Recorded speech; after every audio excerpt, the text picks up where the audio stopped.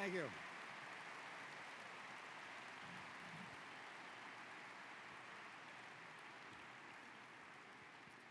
Good morning.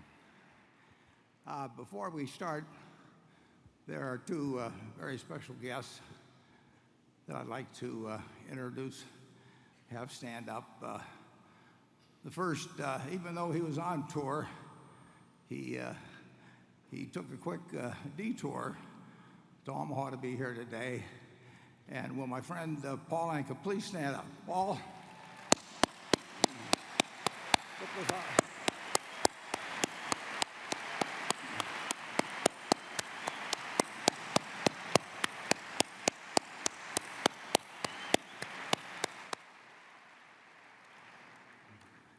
With all the talk that had been around about my succession, I thought it was probably a good idea to try and hook up with someone famous that might give me a shot at a second career here.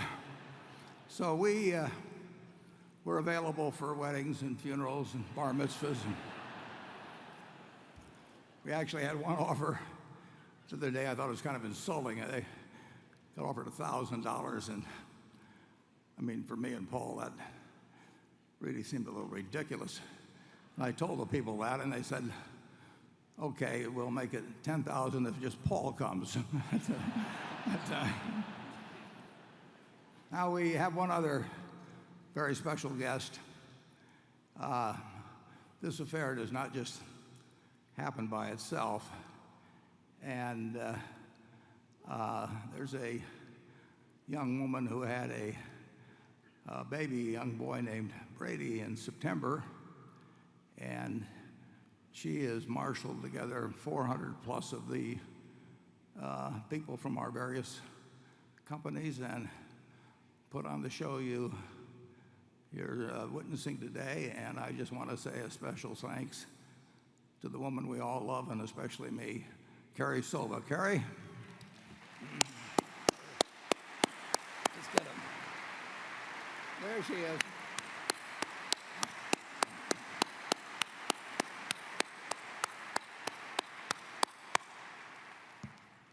Okay, now we get down to the minor players, and we'll introduce the board of directors. We're going to have we'll have the board meeting, or the shareholders meeting, I should say, after the Q&A, which will end at 3:30, and then we'll recess for 15 minutes, and at 3:45 reinstitute or begin the shareholders meeting. But for those of you who won't be around at 3:45, I'd like to have a chance to meet the directors now. So I will introduce them one at a time and ask them to stand, hard as it may be, withhold your applause until they're all finished standing, and then you can go crazy.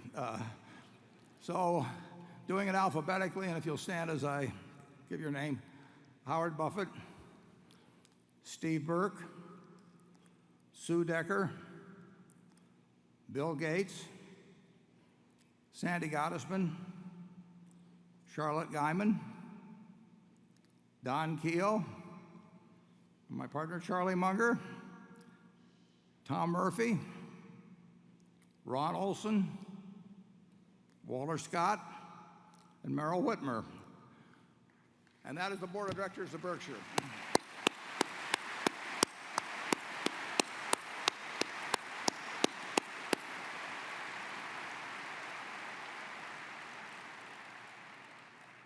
We have just a couple of slides, and then we'll move right into the questioning, which will go on until roughly at noon. We'll take a break at noon and come back about 1 o'clock, and then we'll continue till 3:30, at which point we'll adjourn and then have the annual meeting at 3:45. But there are just a couple slides. We released our earnings yesterday, and I've always emphasized, we try to release our earnings always after the markets closed, and preferably after the markets closed on a Friday, so that people will have a full weekend to digest the information, because there's a lot of information about Berkshire every quarter, and it's contained primarily in a 10-Q that we make available for you to read over the full weekend. So we always urge you not to just look at the summary figures, but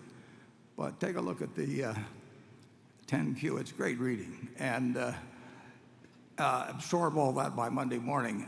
But here we have the summary for the first quarter, and as you can see, our operating earnings were down a bit, and that was more than accounted for in insurance underwriting. And you should understand that insurance underwriting from quarter to quarter really doesn't mean that much. For one thing, it can be quite affected by changes in foreign exchange, which really don't have anything to do with our insurance business, but or at least in the reality of interim results. Our insurance business now has a float of $77 billion, and that $77 billion is ours to invest, and whether it costs us anything or not is determined by whether we have an underwriting profit. So even though our underwriting profit in the first quarter was quite satisfactory, but nevertheless down from the first quarter of last year, the insurance business is marvelous for us. And if we even break even, that's $77 billion, which is subtracted from net worth. I mean, it's a liability on the balance sheet, but if it's cost-free, it really does us about as much good as net worth itself does. So it's a very remarkable business, and frankly, if we average an underwriting profit over the years, I'll be very happy, and you should be very happy with what our insurance business does for us. But it was down in the first quarter, and like I say, that more than accounted for the decline in earnings. We always advise you to pay little attention, or pay no attention really, to quarterly or even annual realized gains or losses in securities, because we make no attempt to time the sales of securities to produce earnings in any given quarter. We just try to manage the money as well as we can, and we let the chips fall where they may in terms of whether those actions produce gains or losses in the short term. We hope that they produce a lot of gains over the longer term, and they have. But they should be ignored in attempting to interpret our shorter term earnings. With that, I would like to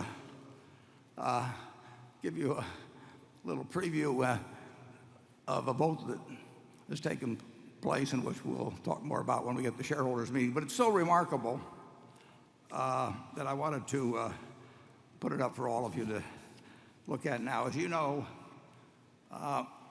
we had a shareholder resolution. Yeah, it's up there. We had a shareholder resolution, rather elegantly stated, that suggested that we pay a dividend, and with the sort of subliminal suggestion that we weren't paying it because I was so rich that I could live in this grand style to which I'd become accustomed without a dividend, but that the shareholders were out there essentially bereft of the necessities of life because we were holding all the money here in Omaha. So this gentleman put this on the ballot, and if we'll go to the next slide, you'll see some remarkable figures. Bear in mind that you people get these proxies at your home or at your office, and you can mark anything you want. We hire no proxy solicitation firms, so we are making no calls. We make no attempt to influence how anybody votes. We just count them as they come in.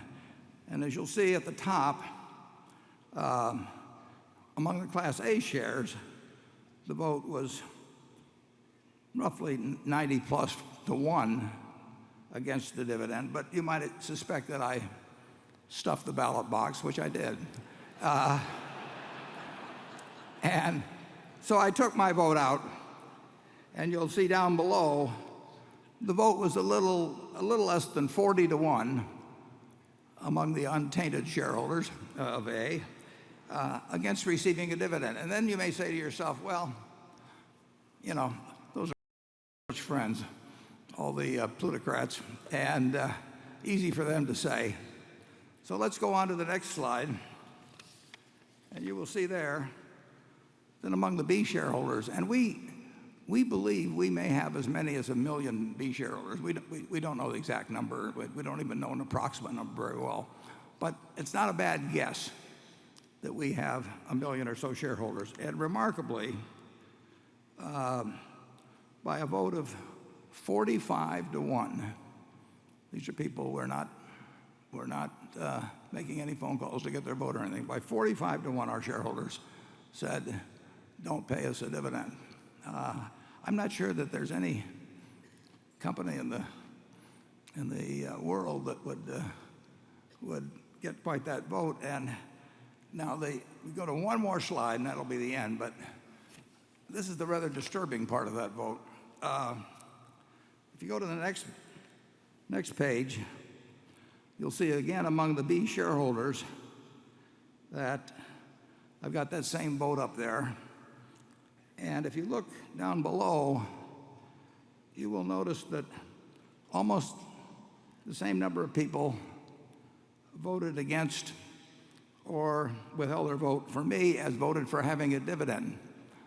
So from that, you can only deduce that the shareholders are ever forced with the choice, or I should say if the directors are ever forced with the choice of paying a dividend or getting rid of me, it's a close vote. So you can see why I'm rather reluctant to bring up the dividend question with the directors. The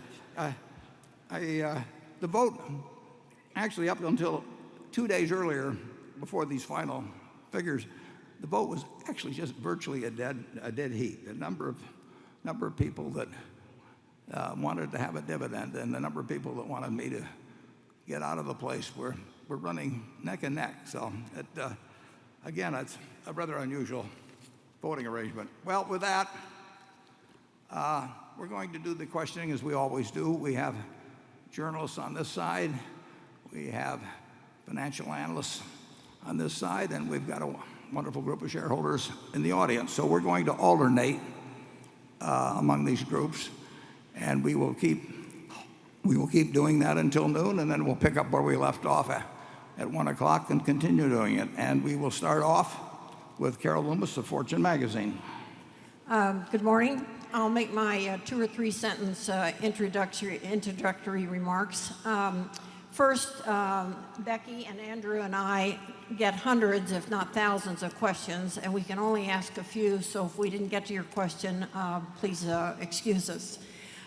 Secondly, Warren and Charlie got no hint of what we were going to ask, though they read the news like we do, and that may explain that they would sometimes get a thought about what they were going to get asked, and that will explain my first question. The question is from Will Elridge of New York City, and he says, Mr. Buffett, this is a question about Berkshire's holdings in Coca-Cola.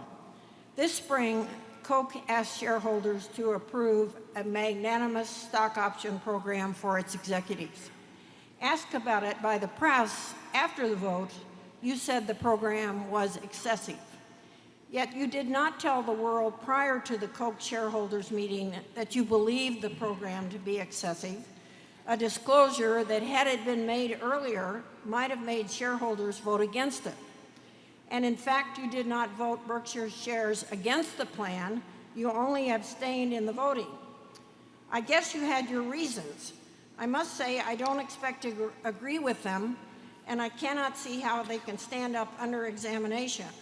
But I still would like to know why you engaged in this very strange, un-Buffett-like behavior.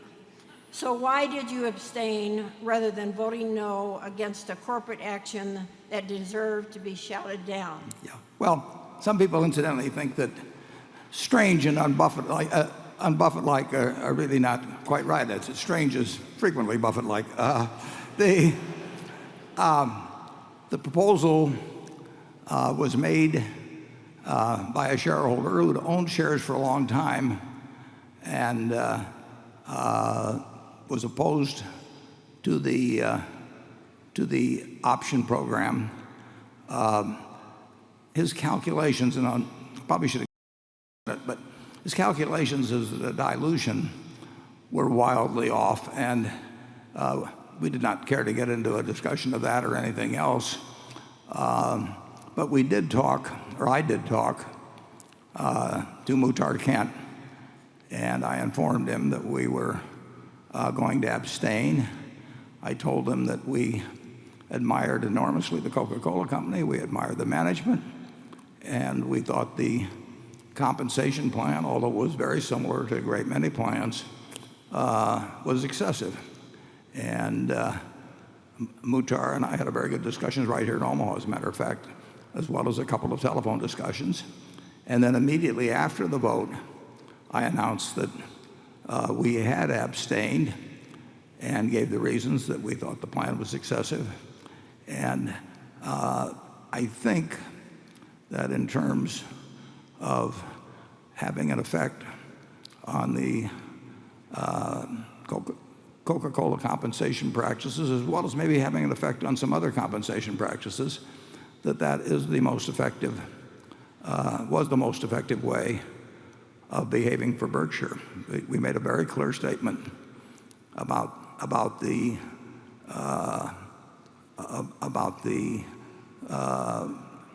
excessiveness of the plan, and at the same time, we in no way went to war with Coca-Cola. We have no desire to go to war with Coca-Cola, and we did not endorse some calculations that were wildly inaccurate and joined forces with someone that I had really no contact with. I mean, I received several letters in the mail after they'd first been given to the press. So I think you have to be, I don't think going to war is a very good idea in most situations. And I think if you're going to join forces in going to war with somebody, you better be very sure about what that alliance might mean. So I think the best result for the Coca-Cola Company was achieved by our abstention, and we will see what happens in terms of compensation between now and the next meeting of Coke. Charlie? I think you handled the whole situation very well.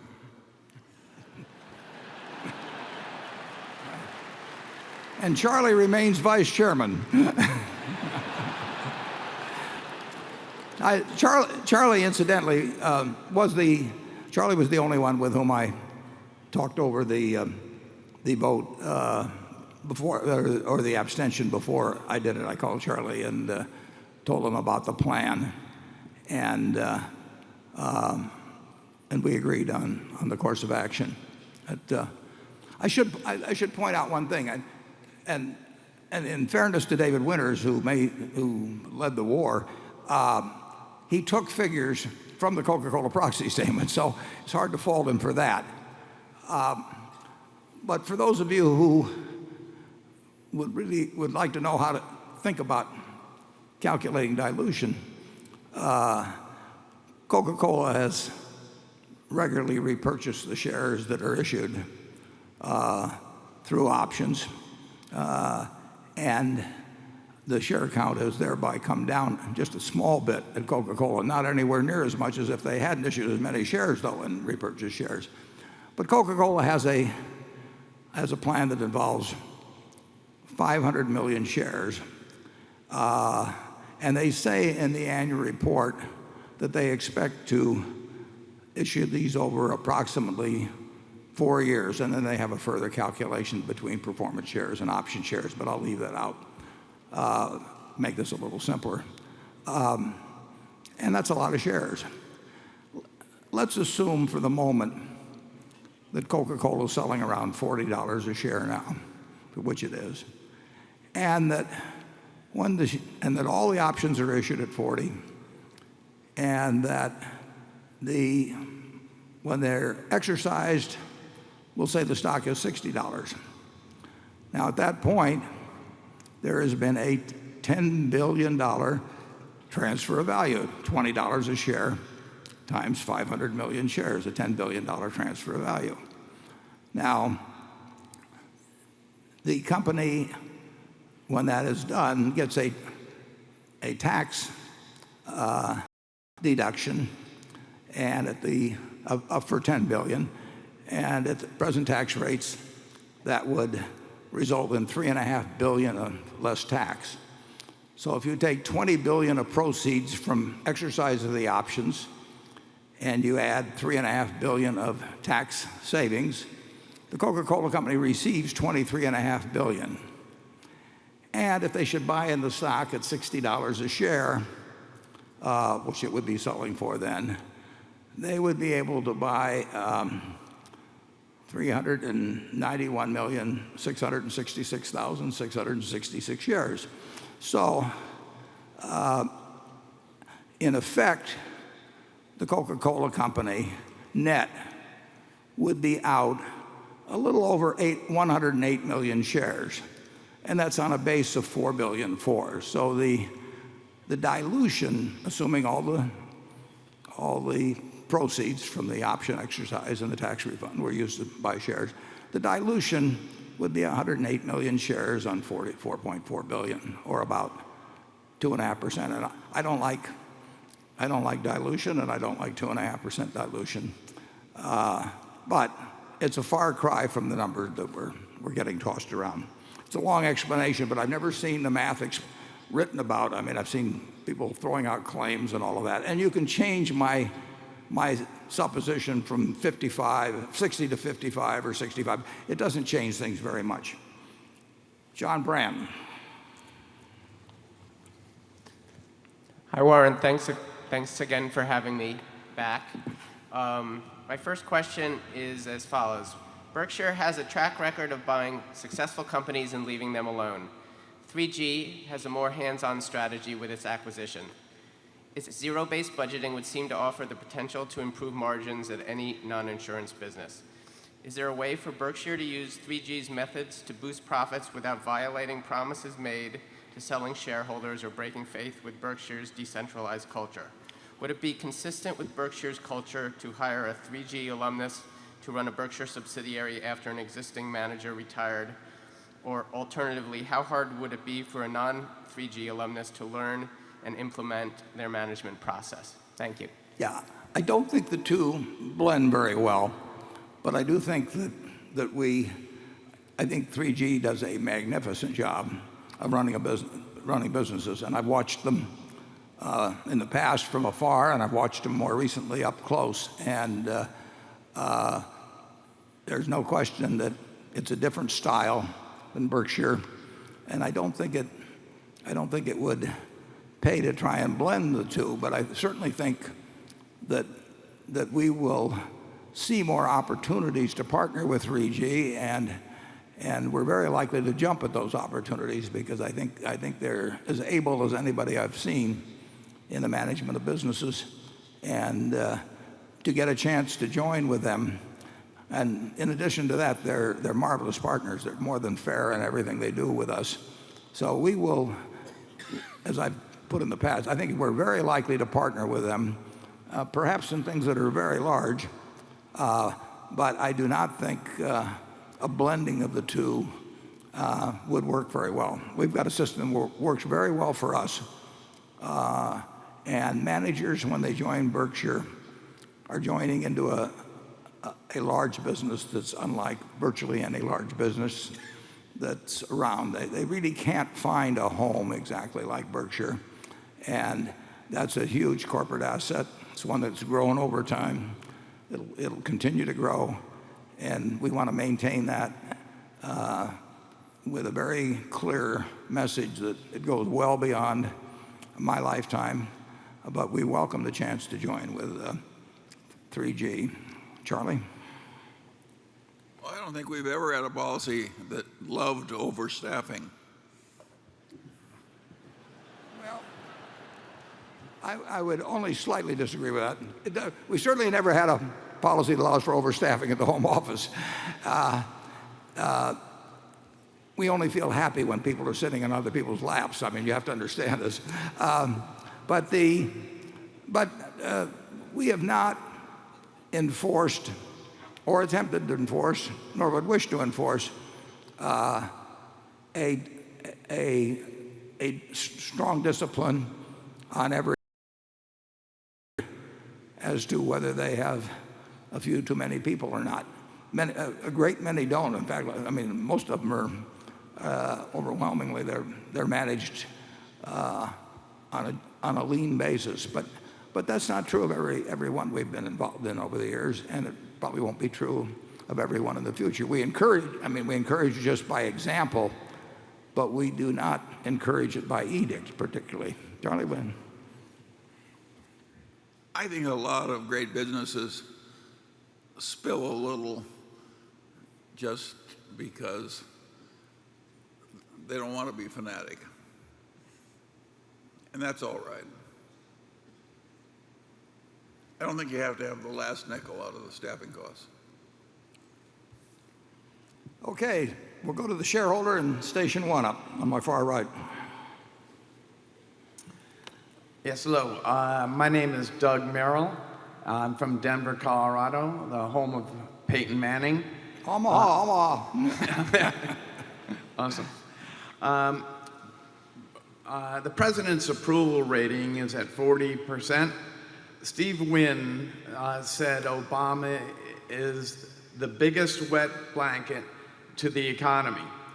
Other countries are lowering taxes and reducing debt. You have Obama's ear. The train's going in the wrong direction. Can you conduct Obama to change the train's direction? Well,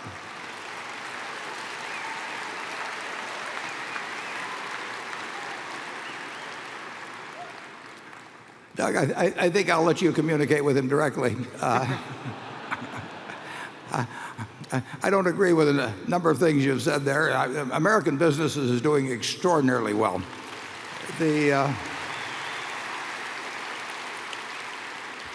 Many of the American people are not, and I think Obamacare is more about doing something for them than many other people would. But we're going to have a difference of opinion on politics, and I'm not going to convince you, and you're not going to convince me. But I will say that anybody that thinks American business is not doing well should just look at corporate profits. Anybody that thinks our corporate taxes are too high should look at a chart of corporate taxes as a percentage of GDP since World War II, and it's come down from 4% of GDP to 2% of GDP, while many other forms of taxes have obviously increased.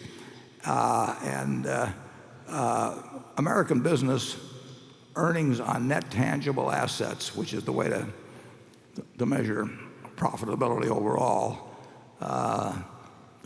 it's basically the envy of the world. I mean, we have extraordinary returns on tangible assets, net tangible assets in this country, and our tax rates now for corporations are far lower than when Charlie and I were operating, and American business actually was doing pretty good then. But for much of our life, corporate taxes were either 52% or 48%. But I don't want to try and convince you because I don't want you to try and convince me. So we'll call a truce on that, and I'll let Charlie comment.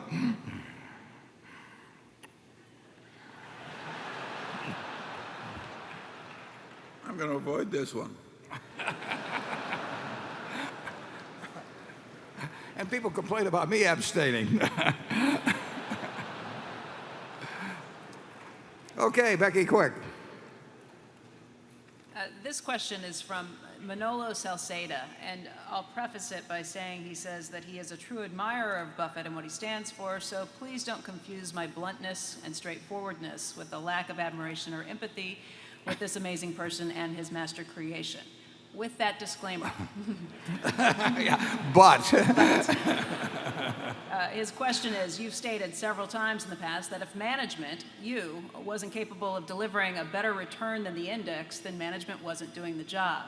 Then you said that the yardstick should be any 5-year period. You've just missed your 5-year period comparison. How come you didn't tackle the issue in your annual shareholder letter? Are you changing the yardstick, and what's next? No, we're not changing the yardstick, but I would point out that we said actually in the 2012 report, and it's in the upper half of the first page, we pointed out how we do worse in very strong years and better in poor years. And I said then, if the market continues to advance in 2013, our streak of 5-year wins will end. I didn't say it might end, or could end or anything. It was obvious that if you have 5 strong years in a row,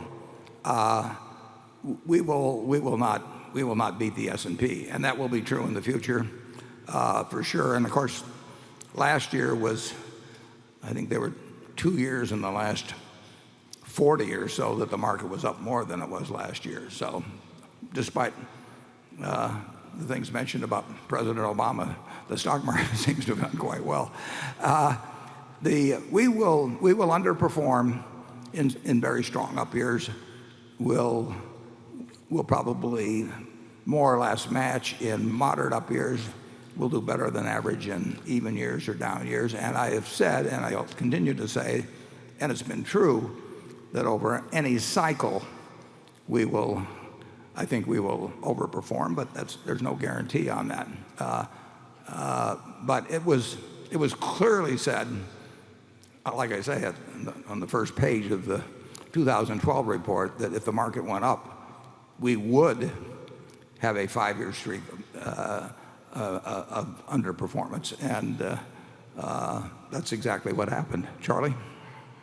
Well, we should remember that Warren's standard talks about net worth of Berkshire increasing after full corporate taxes at roughly 35%. And the indexes aren't paying any taxes. And so Warren has set a ridiculously tough standard and has so far met it over a long period of time. In the last couple of years, the net worth of Berkshire after full provision for income taxes went up, what, 60? Something like that, yeah. $60 billion. Yeah, pre-tax probably $90 billion. Yeah, and so if this is failure, I want more of it.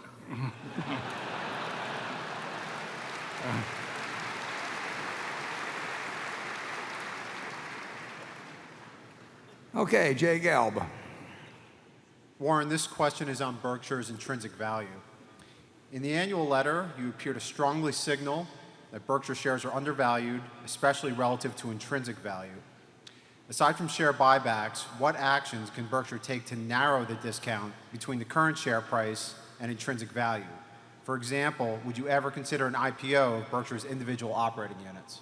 The answer to the last part is no, but I think we try to explain. My guess is I've never seen an annual report that uses the term intrinsic value or even talks about the intrinsic value of its units or business as much as Berkshire does. So Charlie and I really devote considerable effort to explaining which of our businesses, where there's really a significant discrepancy between what carrying value is, or book value, call it carrying value, and the true value or the intrinsic value of the business. And I got very specific in the case of GEICO in the past year, for example, and I said that GEICO, which is carried at about $1 billion over tangible assets, may be worth as much as $20 billion over tangible assets. And I wouldn't be surprised if 5 years or 10 years from now that figure itself will be a lot larger. So we've talked about it. We've said we are willing to buy, not only willing, but eager to buy stock at 120% of book value. Well, with book value being close to $230 billion now, that obviously means we think that at $45 billion roughly over that figure, we are getting a bargain in relation to intrinsic value. But we're never going to try and put out an exact number because we don't know an exact number. And it changes from day to day, and although not a lot day to day, but it certainly changes, over the quarters and over the years. And the second reason is if you ask Charlie and me to write down a figure as we sit here as to the intrinsic value of Berkshire, we'd probably be within 5% of each other. but we probably would not be within 1% of each other. So we will continue to try to give shareholders information about the important units. The small ones are not unimportant to us, but they do not have a big impact on the overall intrinsic value. We've got a few businesses. I mean, we'll have some businesses that may be carried at a few $100 million that might be worth $1 billion or maybe $2 billion even, but that isn't where the big undisclosed by the balance sheet values are. They're in the railroad, they're in the insurance business, they're in our utility business there, and they add up to some pretty big numbers. We try to tell you exactly the numbers and use the words that we use when we're thinking about those businesses ourselves in terms of estimating their value. But we don't want to go further than that. The 120% obviously is a loud shout out as to a figure that we think is very significantly below intrinsic value, or we wouldn't use it to repurchase shares. We only believe in repurchasing shares when we can do so at a significant discount from intrinsic value. Some companies talk about, Coca-Cola does, they talk about buying in shares to cover options. That actually isn't the best reason to buy in shares. I mean, the stock could be overpriced, and even though you issued it on options, you shouldn't be buying it in. But that's become sort of a mantra throughout corporate America, that if you buy shares to cover the option exercises, that you've negated the dilution to shareholders. But again, if you buy shares, if you buy a dollar bill for 90 cents, you're doing your shareholders a favor, and if you buy it for $1.10, you are doing them no favor at all. Charlie? Well, I don't believe we've ever wanted to get the stock way over intrinsic value so that we can issue it to other people and get an advantage for ourselves and a disadvantage for them. And I think the people that want the stock up very close to intrinsic value or higher really want egg in their beer. It's okay if it's a little below. And we're not in the game of ballooning our stock up as high as we can get it so we can issue it, more of it at a profit to ourselves. I think over the long term, our system will work pretty well, and I think the stock will eventually go above intrinsic value whether we like it or not. Yeah. But we really watched a lot over the years of certain managers attempting to get their stock to sell for way more than it was worth so they could use it to trade for other companies. I mean, that was all the rage in the late 60s. One of the reasons I wound up my partnership was that activity was going on so much, and it affected all other values. And it was really a game, and it was a game that some people played sort of halfway honestly, and other people really cheated like crazy, because if you're trying to get your stock to be overpriced, you're very likely to cheat on your earnings and cheat on projections, cheat on everything. And it works, incidentally. It doesn't work indefinitely, but it works. Some companies whose names you know were to some extent built on that principle. That's a game that we not only don't want to play, we really found it very distasteful because we saw a lot of these people in action.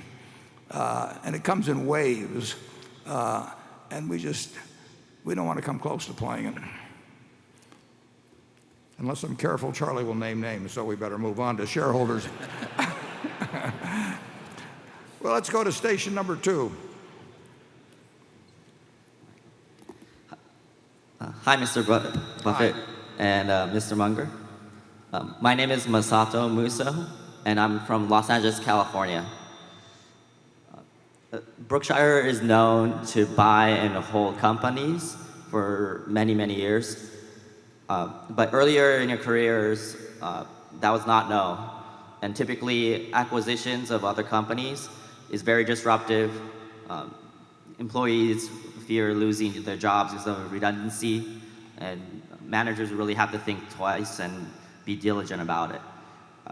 So my question is, what do you do to gain the trust of founders or owners of the companies you have bought out in the past? Well, we've kept our word to them. So now we have to be very careful about what we promise because we can't promise, for example, never to have a layoff in a business we buy because who knows what the world holds.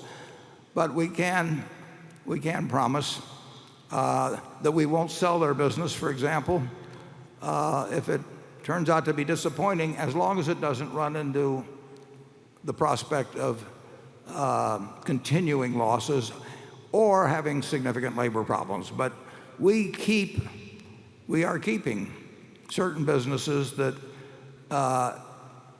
you would not get a passing grade at business school on if you wrote down our reasons for keeping them. But the reason is we made a promise. And we not only make the promise, we put it in the back of the annual report now. We've done it for 30 years or so, where we list the economic principles. And we put it there because we believe it, but we put it there also so that the managers who sell us their business, the owners who sell us their business, know they can count on it. And if we behave differently, the word would get around, and it should get around. So we can make promises. We can't make promises we'll never change employment. We can't even make a promise that we'll keep a business forever. But we can promise what we do promise, which is that if it turns out to be somewhat disappointing on earnings, but does not promise sort of unending losses, or if we have labor problems, we can keep that promise, and we have kept that promise. We've only had to get rid of a few businesses, including our original textile business. We promised the managers, that they are going to continue to run their businesses, and believe me, if we didn't do it, the word would get around on that very quickly. But we've been doing it now for 49 years, and we have put ourselves in a class that is hard for other people to compete with if that's important to the seller of a business. A private equity firm is going to be totally unimpressed by what's in the back of our annual report. They don't care. And there's nothing wrong with that. That's their business. But for somebody that's built up their company over 20 or 30 or 40 years, and maybe their father or grandfather built it up even before that, some of those people care about where their businesses go. They're very rich. They've accomplished all kinds of things in life, and they don't want to build up something which somebody else tears apart very quickly because they're handing it over to a few MBAs who want to show their stuff. So we do have a unique, or close to a unique asset at Berkshire, and as long as we behave properly, we will maintain that asset, and really no one else will have much luck in competing with us. But it doesn't solve all problems. And frankly, it's the way we want to operate anyway. So we're comfortable with it. The sellers that do come to us, that care about their businesses, are comfortable with it, and I think it'll continue to work well. Charlie? Well, obviously we behave the way we do because we like doing it. And number two, it's worked pretty well, and we're unlikely to stop. Okay. You can tell he doesn't get paid by the word. Andrew? Warren, this is a tough corporate governance question. I probably received about a dozen of them this week, some polite and some less polite. Use one of the polite ones. This is probably one of the more polite ones. Your son Howard serves on the board of Coke and voted to support its CEO pay package proposal, which you have said was excessive and you were against. You have said Howard will become non-executive chairman of Berkshire after you step down as its, quote, protector of culture, to uphold the morals that you and we all hold so dear. Given his role in the Coke vote, how can we count on Howard to defend the culture of Berkshire and ensure that the future management of Berkshire does not benefit at the expense of its shareholders? Yeah, well, I think, as I mentioned in at least one interview, I voted for, I'm not referring to Coke here necessarily, but I not only voted for comp plans that were far from what I would have come up myself, but I voted for acquisitions that I didn't think make much sense. I voted against a few, and they attracted a lot of attention, but they were big ones where I thought it really made a difference. But the nature, and this is something worth exploring generally, because the nature of boards is such that they're part business organizations and part social organizations, and people behave in some ways with their business brain, and they behave to some extent with their social brain. And I would say, and I said this, that in 55 years of being on corporate boards and 19 companies aside from Berkshire, I don't think I've ever seen a comp committee report come in and get a dissenting vote. And the social reason for that is that the board organizes itself in a way whereby certain activities are delegated to a smaller portion of the board, one being a compensation committee, and that committee presumably meets for a few hours or the day before the meeting, or maybe the morning of the meeting, and then they go into a board meeting, and the comp committee reports on its activities, and you've delegated that activity as a board member to that group. It's almost unheard of to question it. I'm not saying that maybe it shouldn't be questioned, but I'm just saying that that is the way it works. Now, bear in mind that the so-called independent directors on such a board are probably receiving maybe $200,000 a year, maybe $300,000 a year. Believe me, they are not independent. They're independent as measured by some standards, perhaps, of the SEC. But they, how would you feel about having a job that required you to go to work 4 or 6 times a year, pleasant company, a certain amount of prestige attached with it, and on top of it you get paid maybe $300,000 a year, and you kind of hope to get another job like that? That is not independence. So you get a group coming in like that from the comp committee. And in those 19 boards, I was put on the comp committee exactly once. Charlie might be able to tell you exactly what the result was that time. They do not look for Dobermans. They look for Cocker Spaniels, and then they make sure that the tails are wagging. But that is, don't condemn it too much, because you and I are doing similar things in other parts of our lives. The social dynamics are important in board actions. My son, Howard, in fact, my other 2 children as well, if they were involved, they would have a dedication, and do have a dedication, to the culture of Berkshire, which is clearly defined. It's one of the reasons I want it clearly defined, and it's reinforced by the behavior, and it's reinforced by results. And incidentally, their job would not be to set the compensation. The non-executive board chairman is not there to select the compensation of the CEO or others. He's not there to select the CEO.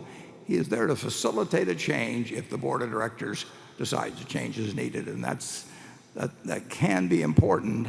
Very, very, very unlikely to be important in the case of Berkshire, but it's a nice little extra safety valve. And Howie's the perfect guy to carry that out. And like I say, I voted for comp plans at various places, including way back, at Coke, that were far from what I would have designed myself, and the ones I designed myself would have worked. But that is the way boards work. I was made chairman of one comp committee, and Charlie can tell you a little bit about that. Yeah. Warren was totally voted down at Solomon Inc. In fact, people acted like, what the hell is he doing? How could he be disapproving compensation on Wall Street?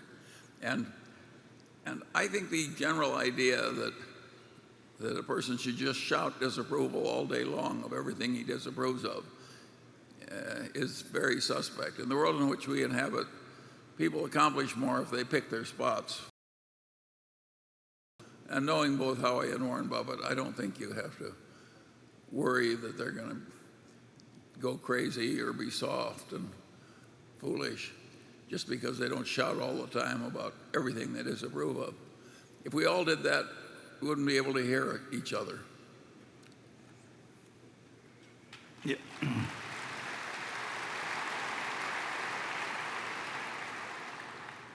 Yeah, if you're in any social organization, you keep belching at the dinner table, you'll be eating in the kitchen before very long, and people won't pay any attention to you. I mean, you really have to. You not only have to pick your spots, you have to pick how you do it. I mean, that could even be. I mean, sure, Charlie gives the marital advice around here, as you noticed in the movie, but it's not even a bad thought to keep in mind in marriage. I mean, in terms of attempting to change the behavior of others, which is you'll have a very limited ability to do in any event. It's not helped by shouting a lot. I offend more people than you do, and I'm quite satisfied with your level of disapproval. Okay, Greg Warren of Morningstar. Greg, welcome. Thank you. Warren and Charlie, on behalf of Morningstar, I want to thank you for having us on the panel this year. I may not be an accredited bear, but hopefully I ask probing questions that add value for shareholders. My first question relates to the measurement of management performance. For Morningstar, the ultimate measure of success is not just whether or not a firm can earn more than its cost of capital, but whether or not it can do so for an extended period of time. Berkshire has historically done a good job of generating outsized returns, but as you've noted in the past, the sheer size of the firm's operations, which continue to grow, will ultimately limit the returns that Berkshire can generate. With that in mind, what do you believe Berkshire's cost of capital is? How much do you think that this hurdle rate has increased as you've acquired more capital-intensive, debt-heavy firms? And how much confidence do you have that future capital allocators at Berkshire will be able to generate returns in excess of the firm's cost of capital, acknowledging, of course, the fact that Berkshire's days of outsized returns are most likely behind it? Yeah. Well, there's no question that size is an anchor to performance, and we intend to prove that up to the point where it starts really biting. But we cannot earn the returns on capital with well over 200, well, with a market cap of 300 plus billion. It just isn't doable. Archimedes, he said he could move the world if he had a long enough lever, didn't he, or something like that, Charlie? Well, I wish I had his lever because we don't have that lever at Berkshire.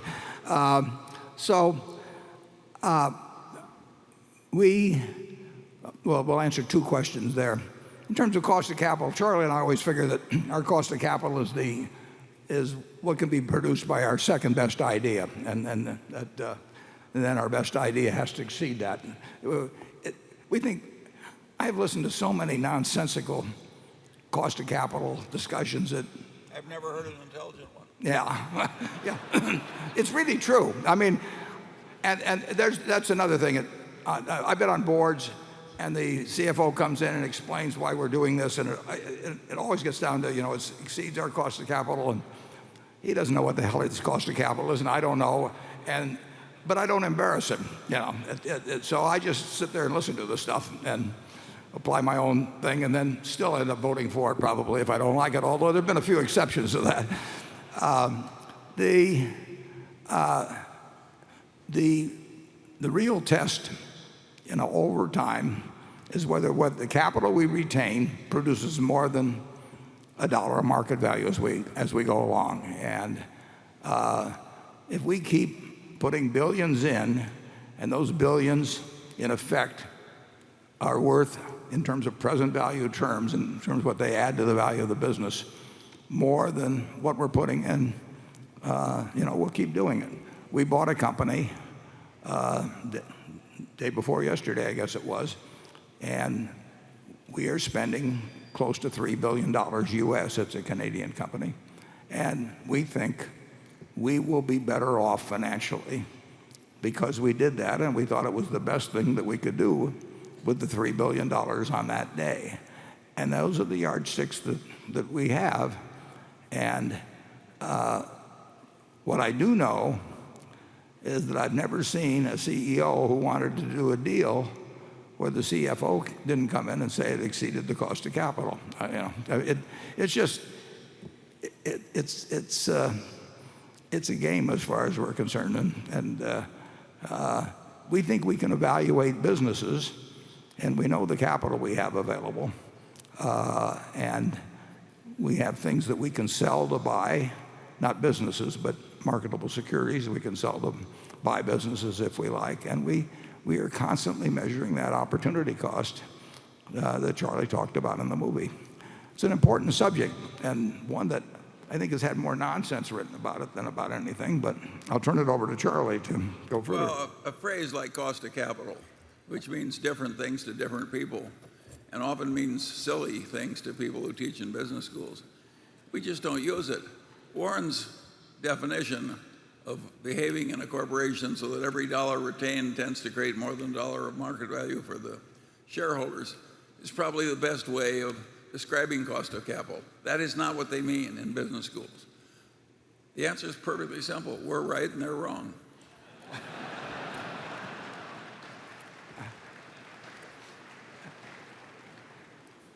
I look good compared to him, don't I? Okay, station 3. Good morning. My name is Jonathan Fite, and I'm from Denton, Texas, just up the road from the new Nebraska Furniture Mart. It's going to be located in the Colony. My question relates to your original acquisition of that business from the Bunkin family in 1983.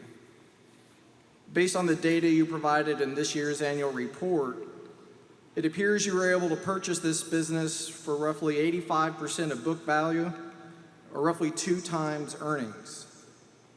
Can you comment on the factors or the environment in Omaha that enabled you to purchase this wonderful business for such a wonderful price? Well, I wish we had bought it that cheap, Jonathan, but no, we paid at the time, as I remember, probably 11 or 12 times after-tax earnings. It was not a discount from book value. I'm not sure where those numbers got. Well, we bought 80% of the company. It was bought on the basis, as I remember, of $60 million of purchase price. So we actually, there was a second transaction involved in it, but 60 million was 100% value. We ended up with 80%. The 60 million would have been more than book at the time, not way more, but more than book, and it would have been a multiple of 11 or 12 times earnings. As I remember, the sales were about 100 million. Pre-tax margins were in the 7% range, so it was about 7 million pre-tax, and 4.5 probably after tax. That's ballpark. So it was not a bargain purchase. It was a great business. It was a wonderful opportunity to join as fine a family as I've ever met. But it was, and incidentally, there was another company, I believe, from Germany that was trying to buy it at the time, and believe it or not, Erskine Bowles of Simpson Bowles was representing them. My friend Erskine. I didn't know this at the time, and then I went out on my birthday, August 30th, 1983, and had that contract, which is in the annual report, and I gave it to Mrs. B, and she didn't read, but Louis, her son, told her what was in it, and I never asked her for an audit. I just asked her if she owed any money, and I asked her if she owned the building. She said yes, and we made the deal. But it was not a bargain purchase. Now, if you want to talk about bargain purchases, we should talk about going out to the Nebraska Furniture Mart. So far, in the days of this annual meeting, our sales, which were a record 40 million for the week last year, are up about think they're up about 7% now. And last year, of course, was a record. And on Tuesday, which was the first day, we did 7.8 million. And Berkshire owns the largest home furnishing store in Sacramento, California. We own the largest one in Boise, Idaho. We own the largest one in Salt Lake City. We own the largest one in Las Vegas, largest one in Reno. Our sales at the Furniture Mart on Tuesday were larger than the monthly sales of any one of those stores I've just named, being the largest ones in places like Sacramento. So it is a remarkable organization.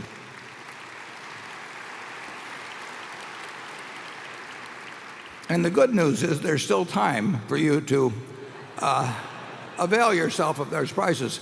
I would like to put in a plug for the Dallas store. Where I was down there a week ago, and it's a plot of land like you wouldn't believe. It's a store like you wouldn't believe. It is 1,800,000 square feet under one roof, over 40 acres. It will do more volume, I predict, than any other home furnishing store in the world. And I wouldn't be surprised if I could add to that by a factor of at least 2. It's a remarkable store. And I toured around it, and we're putting in streets, we're site preparation, utilities, racking, all these things.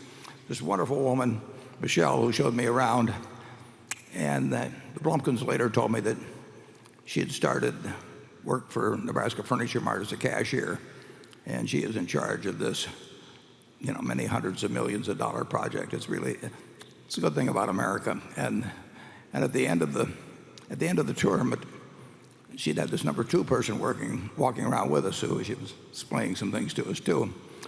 And I learned at the end of the tour that number 2 was Michelle's husband. Interesting pillow talk, How many cubic yards did you move today, honey? Okay, Carol. This question comes from Jason Rothman of Oklahoma City, who was the first shareholder to ask a question that subsequently was framed by a number of other shareholders as well. In my mailbox, this was the most popular question asked. Mr. Buffett, you state in your annual letter to shareholders that in your will, you have given instructions to the trustee who will be acting for your wife's benefit to put 10% of the cash given her in short-term government bonds and 90% in a very low-cost S&P 500 index fund. My question is, why are you advising the trustee to put 90% of the cash into an S&P 500 index fund instead of into Berkshire shares? This might imply that you expect the index fund to outperform Berkshire in the future when the company is run by a new CEO and chairman. Please clarify. Yeah, I'll be glad to clarify that. That letter didn't come from Vanguard by any chance.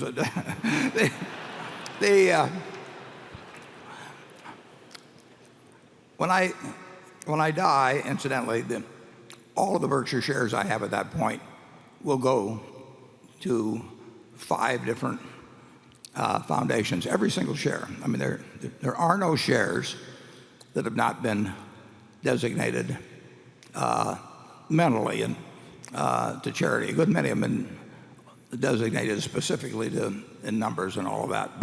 And they will be distributed over the 10 years after my estate is closed. So figure over 12 years.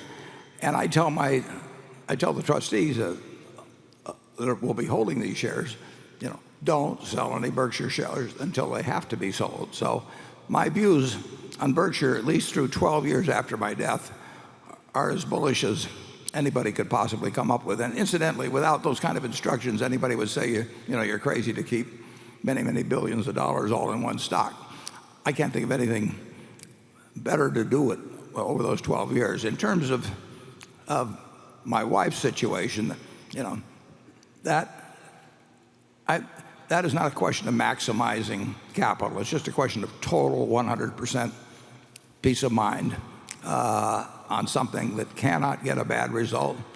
Like I said, there's way more money for her than she'll ever use. As a matter of fact, those of you who know her, may feel that I've added about 3 zeros too many.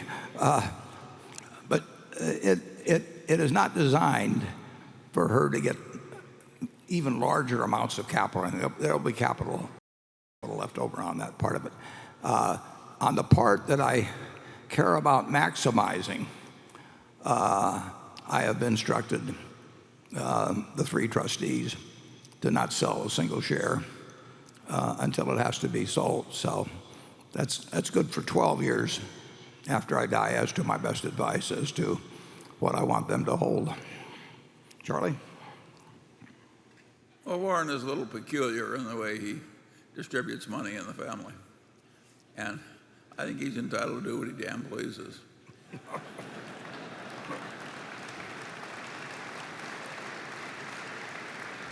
Do I hear my children applauding? Do I hear my children applauding? And I've never had this feeling I had to starve the family down to a few trifles. And Warren really, and Susie, when she was alive, was the same way. He really is a meritocrat. He's really quite extreme in wanting to let most of his money go back to the civilization in which it was earned. I like being associated with it.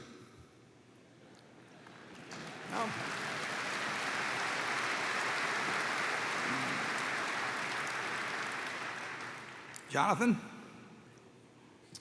The BNSF has done very well since Berkshire acquired it in 2010, but its Western competitor, the Union Pacific, has actually grown its earnings more, and at the moment the UP seems to be operating more smoothly for its customers. Could you shed some light on the service challenges Burlington has experienced recently and perhaps discuss any differences between the 2 railroads in end markets, geography, and strategy that may have led to the divergent results? Would it be fair to say that in trying to aggressively sign up new business volume last year that the railroad did not allow for a sufficient margin of safety in terms of what its capacity could handle should there be a harsher than normal winter or other adverse circumstances? Yeah, we've handled more volume actually than in the past. I mean, in 2006 we had a peak of 219,000 carloads. That was in the late fall. But there's no question that we've had a lot of service problems, particularly on our northern route. We have been spending more money than Union Pacific, and they spend a lot, in terms of attempting to anticipate the kind of problems that can occur when you get a big increase in volume on that one route, particularly from the boom in the particularly the Bakken shale. I mean, we've got a lot of unit trains that are running over those lines that weren't running 5 years ago. I think I've got Matt Rose here, right, I think somewhere in the front, and he might address some of the problems of cold weather. I mean, there were a lot of days where it was 15 below or worse, and in terms of sending people out to work on problems under those circumstances, it can be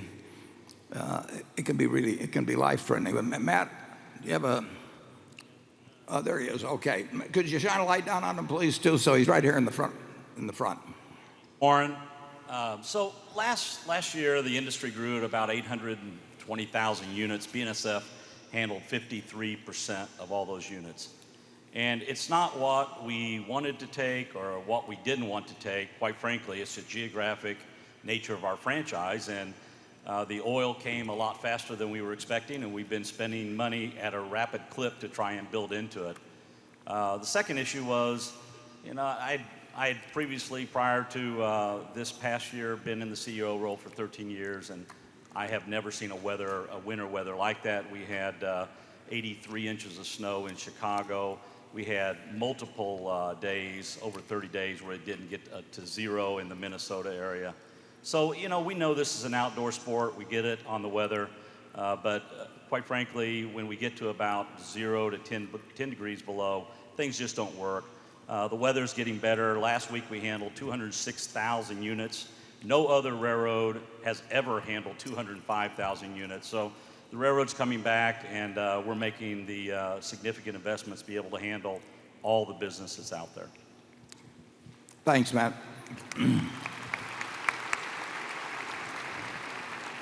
We will spend $5 billion on the railroad this year. No railroad's ever spent that kind of money or even very close to it. But I got a call, or I got a letter from a fellow in North Dakota, and they were having a problem getting fertilizer. And I called and talked to him, but I sent it down to Matt. But we've now put on, I think we're going to have 52 unit trains of fertilizer, and they will get there in time for the planting. And that's important. I mean, we take it seriously, but cold in winter or floods in the summer, I mean, we're now really functioning a lot better, and our earnings will be, in my view, very likely to be a lot better. But the thing that could disrupt that is if for some reason you had incredible floods. I mean, you're dealing with 22,000 miles of track, and if you get weak links, one of which always for all four big railroads is Chicago, because that's where things get interchanged, and that's where a lot of bottlenecks have been this year, and that's where weather was tough as well. But you're right, John, in the comparative financials in recent months, and believe me, Matt's paying a lot of attention to them, and Carl's paying a lot of attention to them, and I even pay a little attention to them. So I have a feeling that they will be getting better over the remainder of the year. Okay, station 4. Rosal Kirkove, I'm from Omaha, Nebraska. My question relates to our company's use of natural gas to generate electricity. This past winter, natural gas and storage has declined substantially. In the future, how do our companies assure that they have an adequate supply of natural gas to generate electricity? And if the price of natural gas increases in multiples, how do our companies assure that they can sell the electricity at a satisfactory return on investment? Thank you.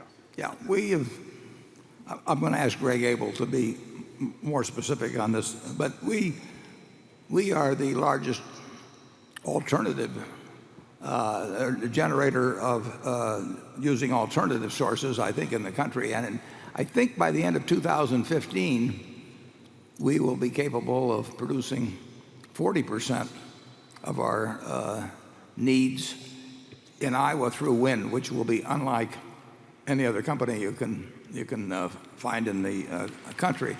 But I think I'll have Greg answer the specifics of any natural gas dependent generating units we have. I'm not worried about that thing, but about what you raised. But Greg would know a lot more about the mix on natural gas and the opportunity to shift to coal and exactly the profile of the generating capacity. Greg? Let's get a light down on it if you can.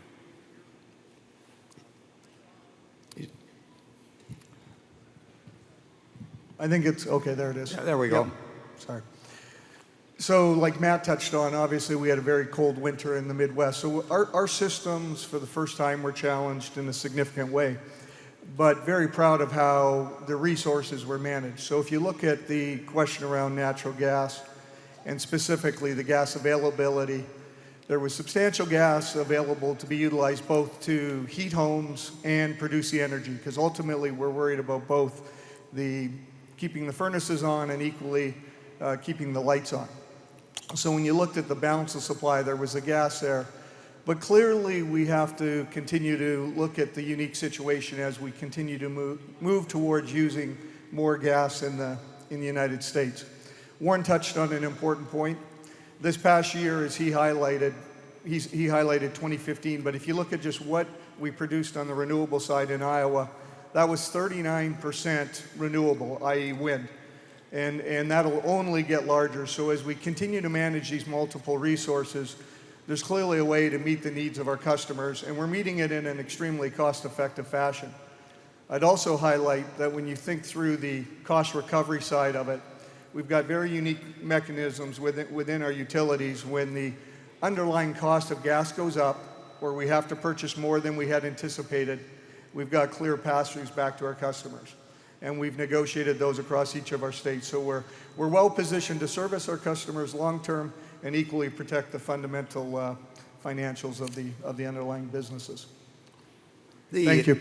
The company that Greg runs has many subsidiaries, and our gas pipeline subsidiaries move about 8% of the gas in the United States. And I think you said you were from Omaha, and the gas that comes into this area comes through a pipeline that we own. And we just renamed the company to Berkshire Hathaway Energy from Mid-American Energy. We changed it to Berkshire Hathaway Energy. But it's a point of some pride to us that that company, Northern Natural Gas, which originally came from Omaha, when we bought that from Enron a decade or so ago, actually Dynegy had it in between, but its origin was Enron.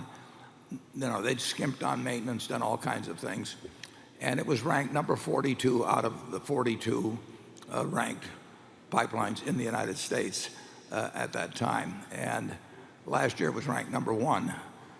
So it went from last to first under Greg's management, and I tip my hat to him.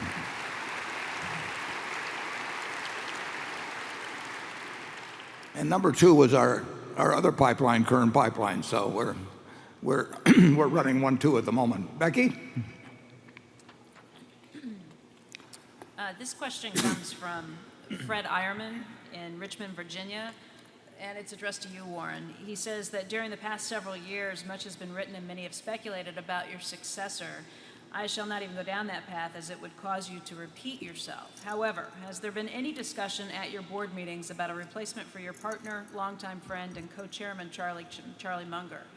Has it been determined Berkshire will continue to be led by a similar dynamic duo? Two magnificent investor minds, each providing a unique point of view, have been a major reason the business has performed magnificently over the decades and has delighted the shareholders. Well, Charlie is he's my canary in the coal mine. Charlie turned 90, and I find it very encouraging how well he's handling middle age. So I hope to be able to do the same thing myself.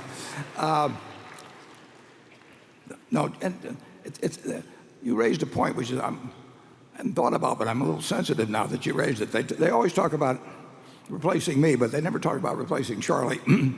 I do think, I think it's very likely, incidentally, that whoever replaces me as CEO probably has, over the years, certainly develops. They'll never be able to develop another Charlie, but they'll develop somebody that they work with very closely. It's a great way to operate. Berkshire is better off because the two of us have worked together than if either one of us had been working individually. There's no question about that.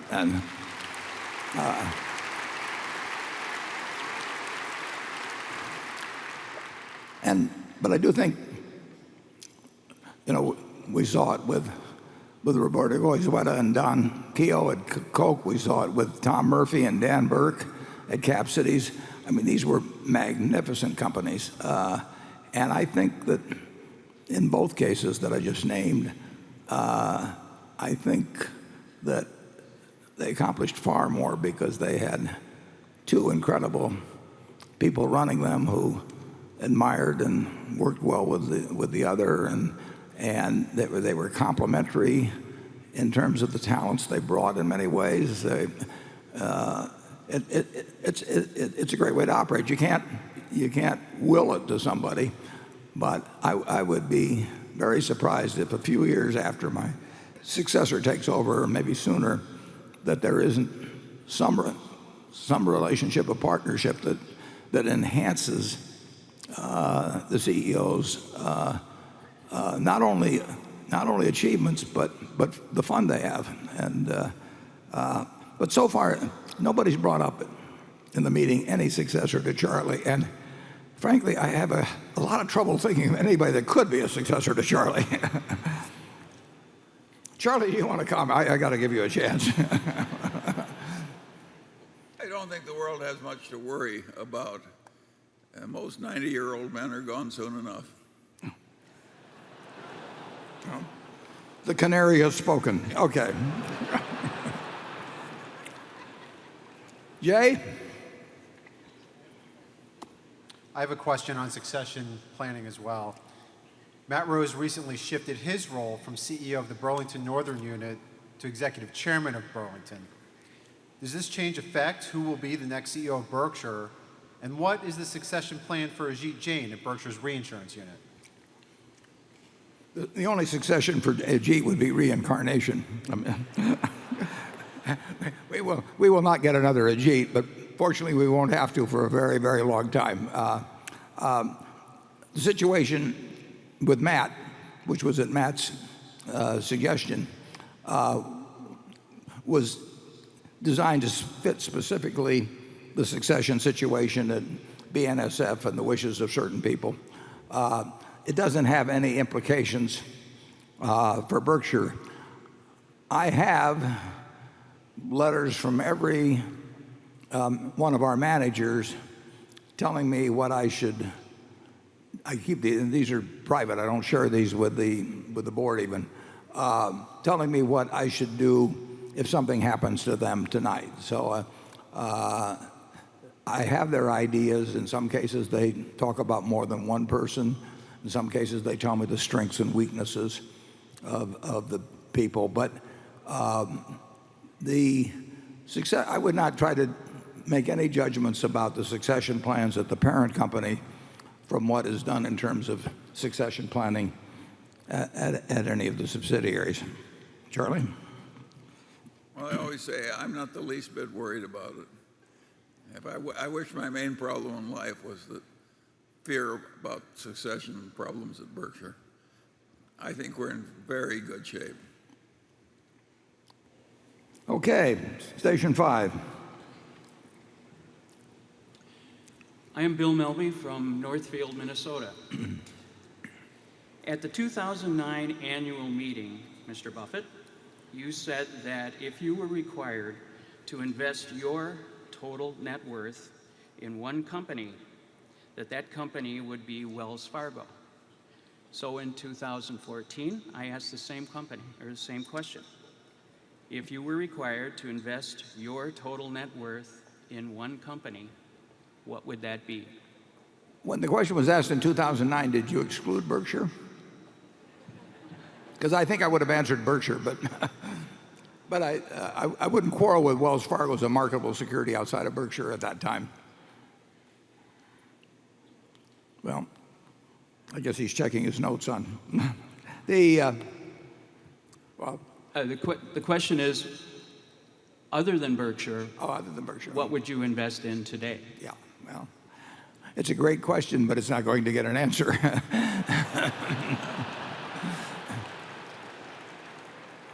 Charlie, do you want to answer it?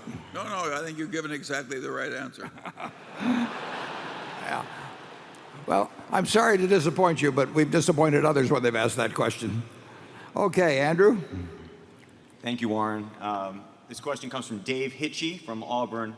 It's a long question. He says, as a shareholder for about a dozen corporations in addition to Berkshire, I always see a number of proxy statements each year. In all except Berkshire, the summary compensation table has the compensation listed for at least 5 or more of the highest paid executives.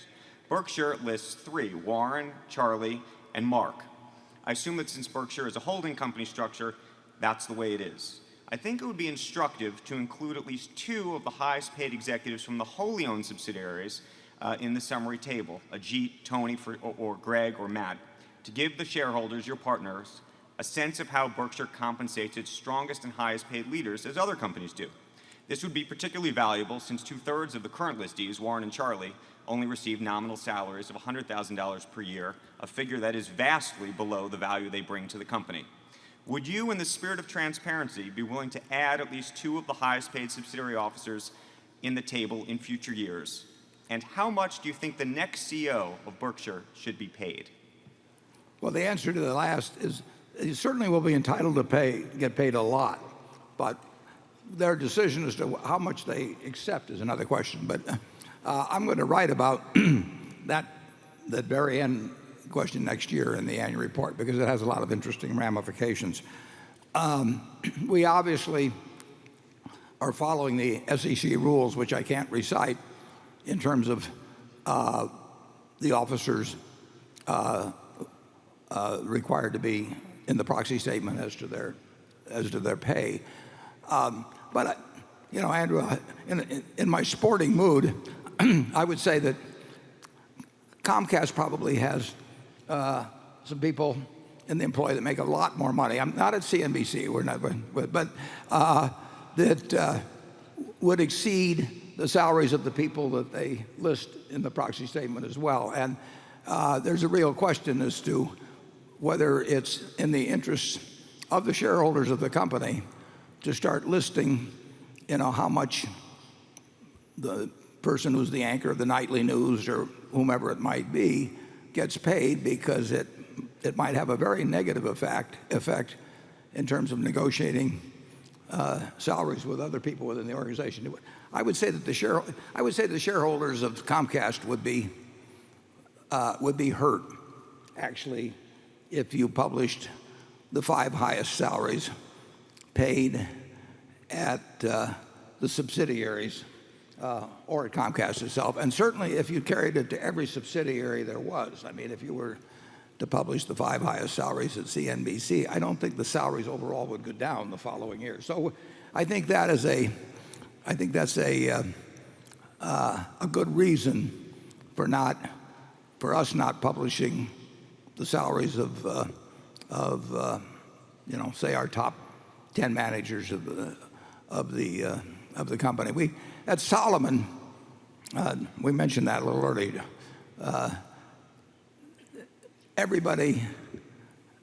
Virtually everybody was dissatisfied with what they were getting paid, and they were getting paid enormous amounts of money. But they were disappointed, not because of the absolute amount. They were disappointed because they looked at somebody else in the place, and it drove them crazy. And as a matter of fact, the first big crisis we had in compensation was when the management made what was regarded as a secret deal with the ARB Group, as I remember, whereby John Merriweather and his crew got paid a lot of money, which I would argue they earned. I mean, I think they deserved it. But as soon as that happened, it made compensation, which had always been a terrible problem, an even greater problem because of the jealousy that broke out among the people that weren't in John Merriweather's group. I think it's very seldom that publishing compensation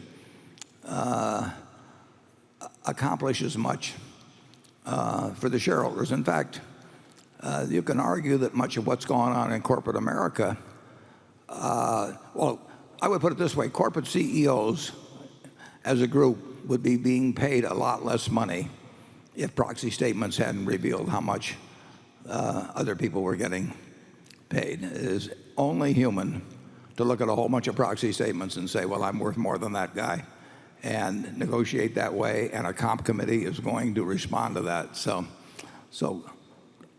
American shareholders are paying a significant price for the fact that they get to look at that proxy statement every year and see how much those top 5 officers are earning. Charlie?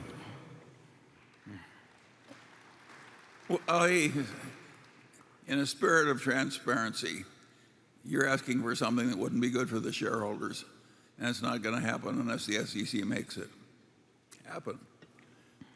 We're way better off without adding to the culture of envy in America.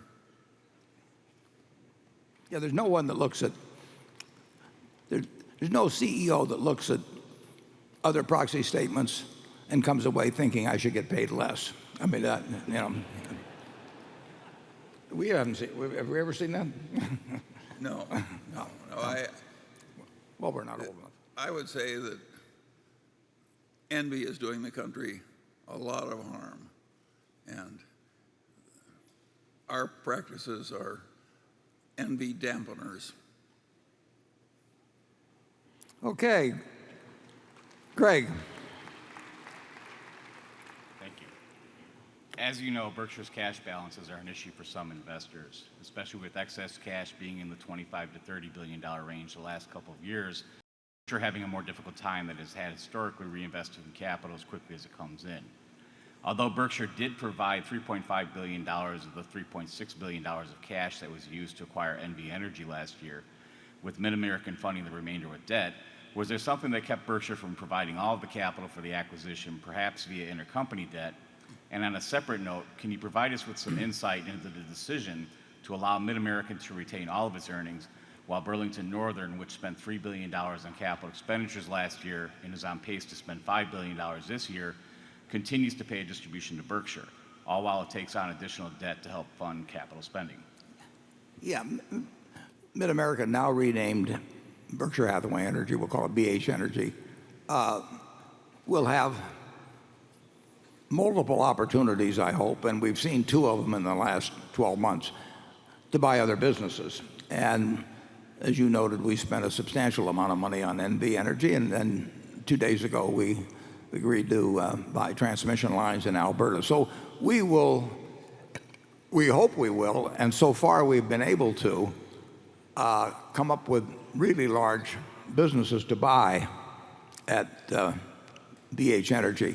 That will not, at BNSF, we will spend a lot of money to have the best railroad possible, but we're not going to be buying other businesses. So we distribute substantial money out of BNSF, and we will continue to do so because it'll earn substantial money, and it can easily handle the debt that it has and will incur.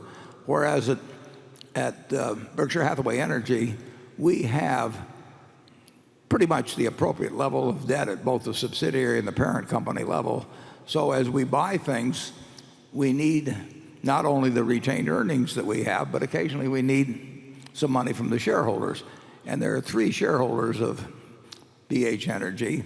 Berkshire owns 90%, and then Greg and Walter Scott have the balance. And so if we make a large acquisition and we need a little more equity, we will have a pro rata subscription, which the other two shareholders are welcome to participate in, but if they decided not to, it wouldn't hurt them. They'd still have an improvement in the value of their shares.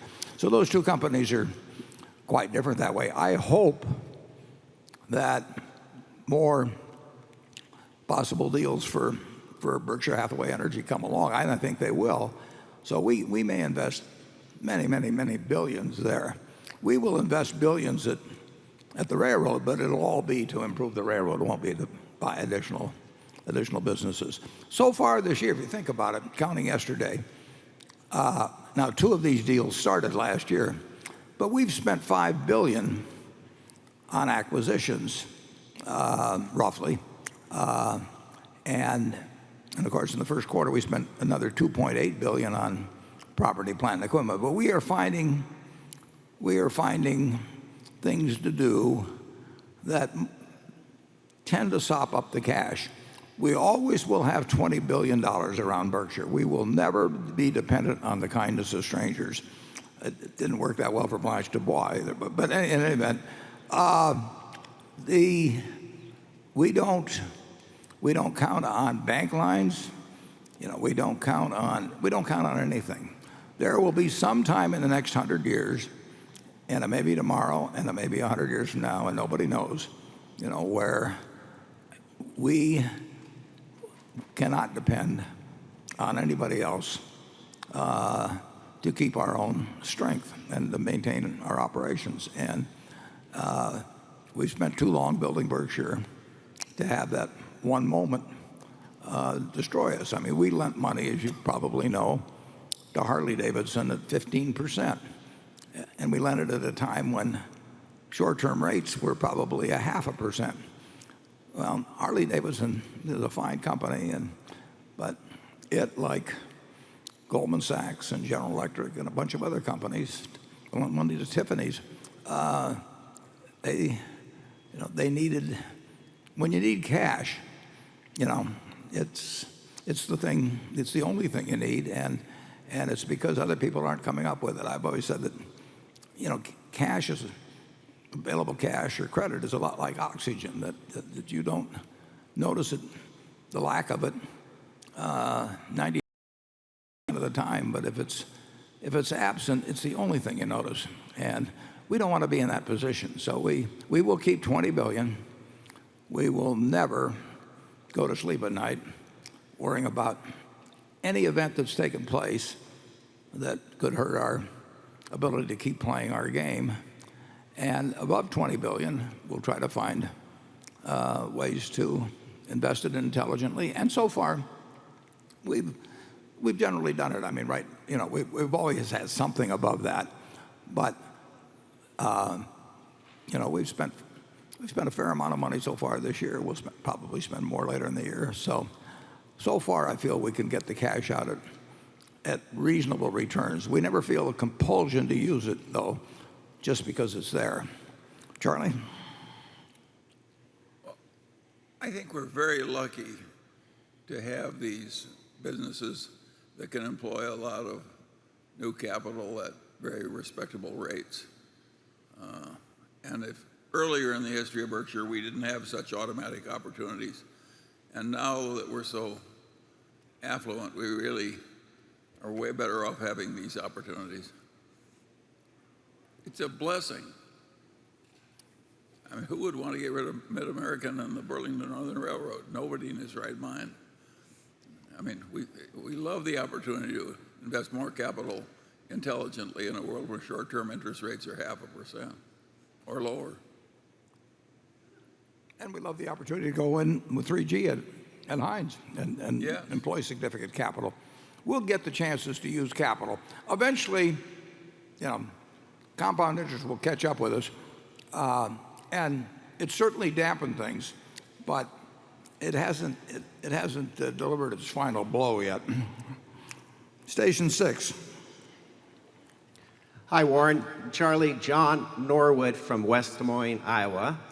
Thank you so much for the annual meetings, and please don't move it to Dallas or some other place. I've got my system worked out here. We won't.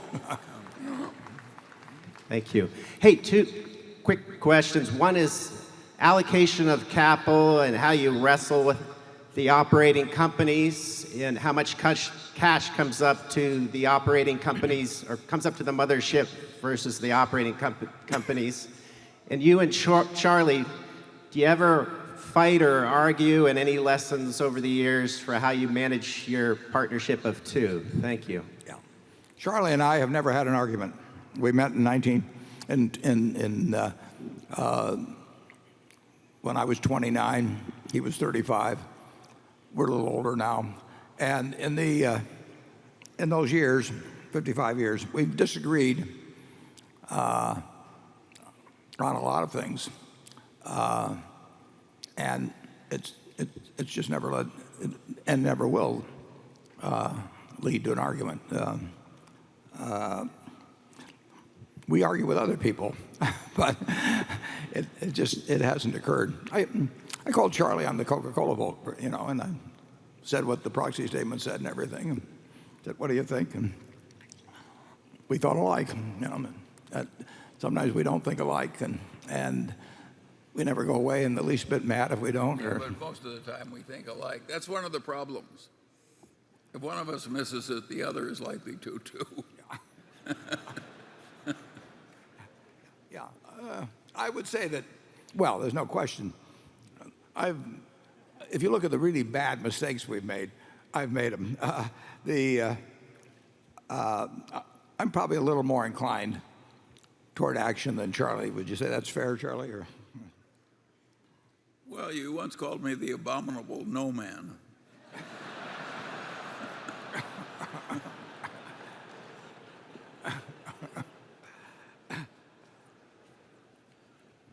Now we've missed. What was the first part of the question?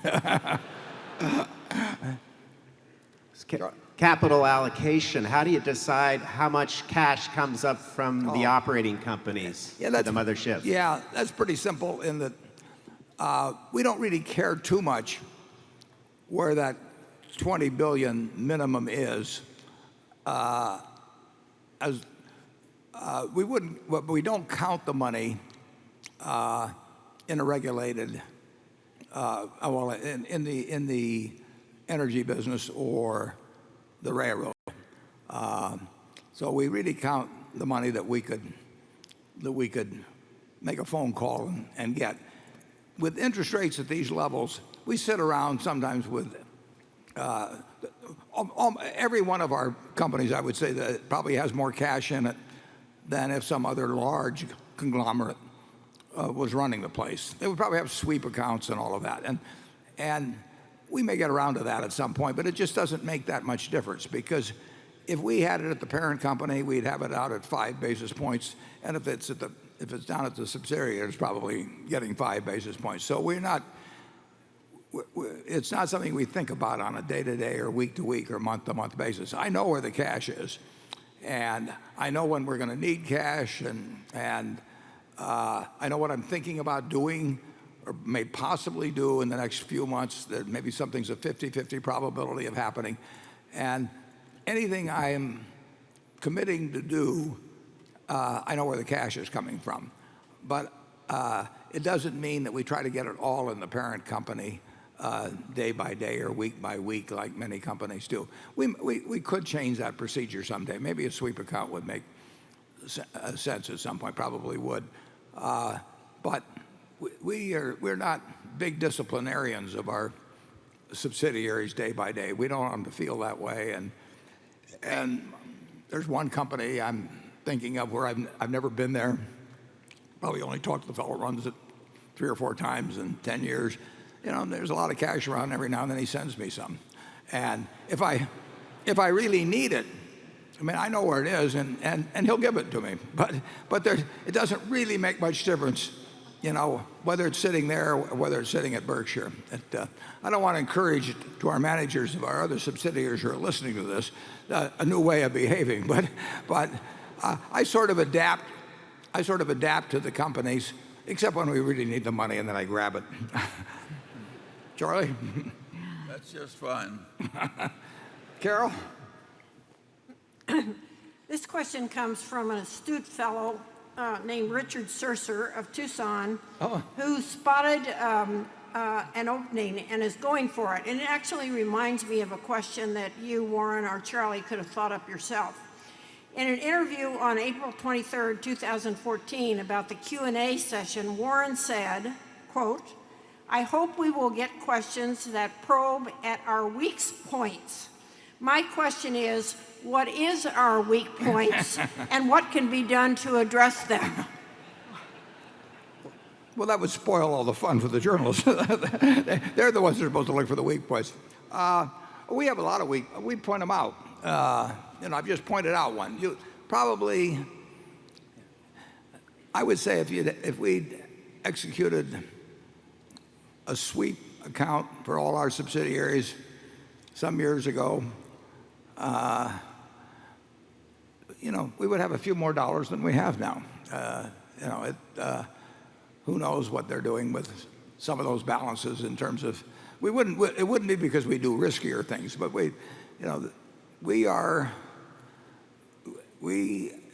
very disciplined in some ways, and by ordinary business standards, we're sloppy in other ways. And a clear weak point of mine would be I'm slow to make personnel changes. I mean, I like the managers we have, and Charlie and I had a wonderful friend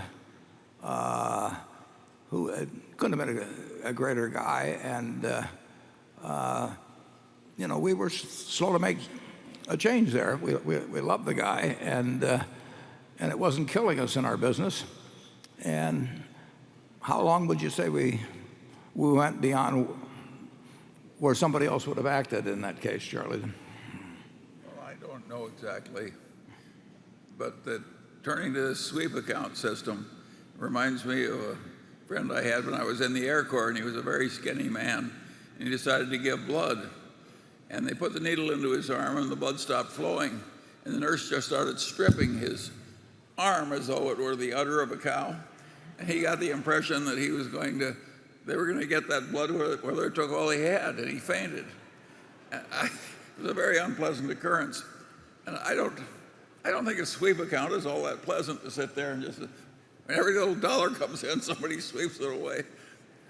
Charlie, I like the tone of our business. Our managers are listening here. I mean, don't give them that illustration to use when I ask for money.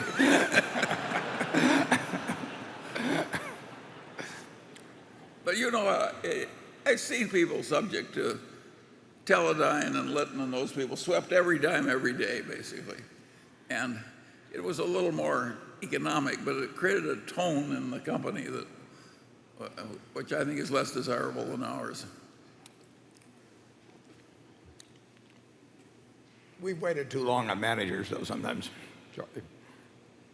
Well, sure, you and I participated in taking one man directly from an executive chair into an Alzheimer's home.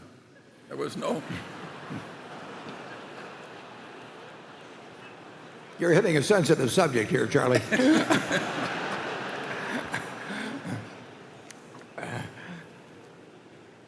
We'd arranged that he could do no harm, and we loved him well enough so that we just made it easy for him. I've never regretted it, have you? No, not at all. No. Not at all. On the other hand, I want to be pretty careful. We will be slow. And there will be times when what you might call our lack of supervision over subsidiaries, we'll miss something. Now, we think that giving our managers the degree of freedom that they enjoy will also accomplish a lot. So someone will come along someday and say, if you'd had many more checks and oversight and all of that sort of thing, something will happen at Berkshire, and they'll say that wouldn't have happened if you'd followed the procedure that some other company followed, and they'll be right. But what they won't be able to measure is how much on the positive side we have achieved with dozens and dozens of people because we gave them that same sort of leeway. I mean, we operate differently in terms of the level of control and supervision. We don't have a general counsel's office at Berkshire. We don't have a human relations department at Berkshire. And that would be almost unthinkable to other companies. And we're not saying that's a 100% benefit in all ways. We think on balance it's a benefit. But when the downside of such a procedure shows up, people will say, well, you should have done it differently, and you should have been spending lots of money all over the years and restricting the activities more of your subsidiary managers and so on. And our reaction will be that they are wrong, but we will look bad in that individual case. Wouldn't you say that's true, Charlie? Yeah, by the standards of the rest of the world, we overtrust. And so far, our results have been way better because we were carefully selected people because they were going to be overtrusted. And it's worked very well for us. And I think a lot of places work better when they create a culture of deserved trust. And that's been our system. And some people regard that as a weakness. And this modern accounting treatment, when everybody's measured on internal controls, I think it's going to do more harm than good.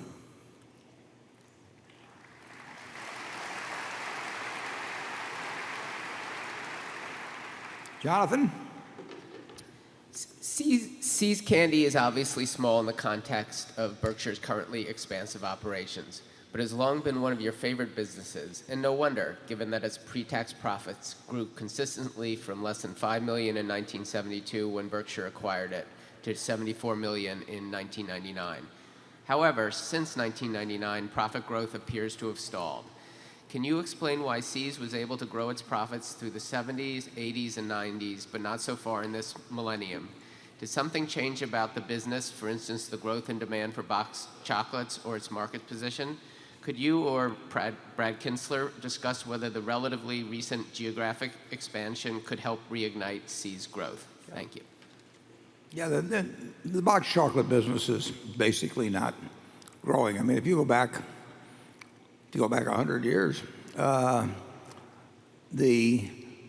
each city of any size was characterized by lots of candy shops. Chicago was a big leader. New York was a big leader.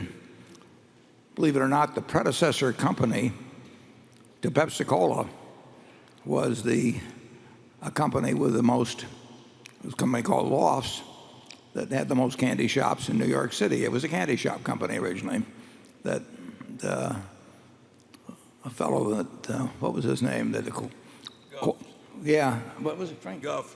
Yeah, he acquired Pepsi for a few $1,000, stuck it in Lofts, and the corporate name, if you go all the way back on Pepsi, is Lofts. So there were loads of candy shops around every place, and including in Omaha. Boxed chocolates have lost position dramatically. Primarily, I would guess, to salted snacks of one sort or another, various things. See's has done remarkably well, far better than any chocolate company in the country. Russell Stover did very well for a while, very well, with a different business model. But, they ran into their problems as well. So we can't do much about increasing the size of the market. And we've tried a lot of ways. And we've tried moving out of our strong geography multiple times. I mean, Charlie and I looked at what we were earning in California in the 70s and said to ourselves, if we can do this in 50 states instead of one, we'll get very rich. So we tried it, and we didn't get very rich. It doesn't travel that well. Well, sometimes it does, and sometimes it doesn't. And you figure out whether it's going to work by trying it. Yeah, and we've tried it many times. But so far, it's interesting. 2/3 people in the East prefer dark chocolate, 2/3 to 1/3. In the West, they prefer milk chocolate, 2/3 to 1/3. They like miniatures in the East. They won't eat miniatures in the West. There's a lot of different things. But in the end, there isn't a lot of boxed chocolates volume. And we've done very, very, very well in C's. And it not only has provided us with earnings that we've used to buy other businesses, so we've added lots of earnings power through C's beyond the earning power we've added at C's. But it opened my eyes to the power of brands, and probably you could say that we made a lot of money in Coca-Cola partly because we bought C's, or at least in my case bought C's because I'd understood brands to some degree, but there's nothing like owning one and sort of seeing the possibilities with it as well as the limitations to educate yourself about things you might do in the future. And in 1972 we bought C's, and in 1988 we bought Coca-Cola, and I wouldn't be at all surprised if we had not owned C's, whether we would have owned Coca-Cola later on. Charlie? Yeah, there's no question about the fact that its main contribution to Berkshire was ignorance removal. And it's not the only big contributor to ignorance removal. If it weren't for the fact we were so good at removing our ignorance step by step, Berkshire would be practically nothing today. What we knew originally wasn't enough.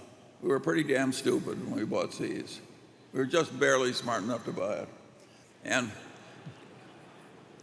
And if there's any secret to Berkshire, it's the fact that we're pretty good at ignorance removal. And the nice thing about that is we have a lot of ignorance left to remove.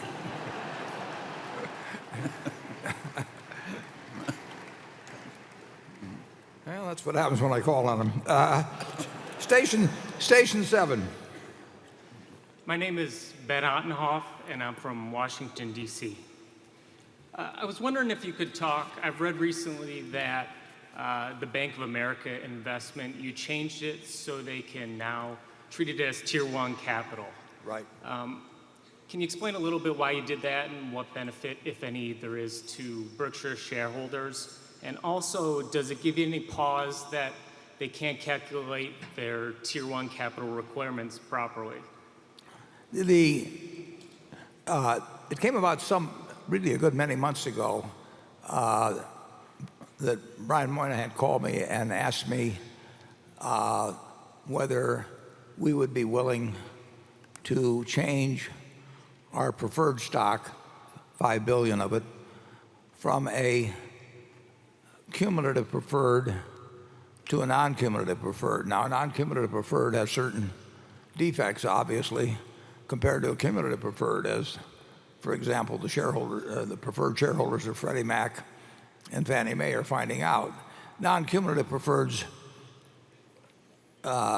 Ben Graham wrote about them in the 1934 edition of Security Analysis. They're a terribly weak form of security. But partly because they are that weak form of security, they count different in capital with banks. So Brian asked me to do that, and then he said, if you will do that, and this requires approval by their shareholders and everything, but he said, if you'll do that,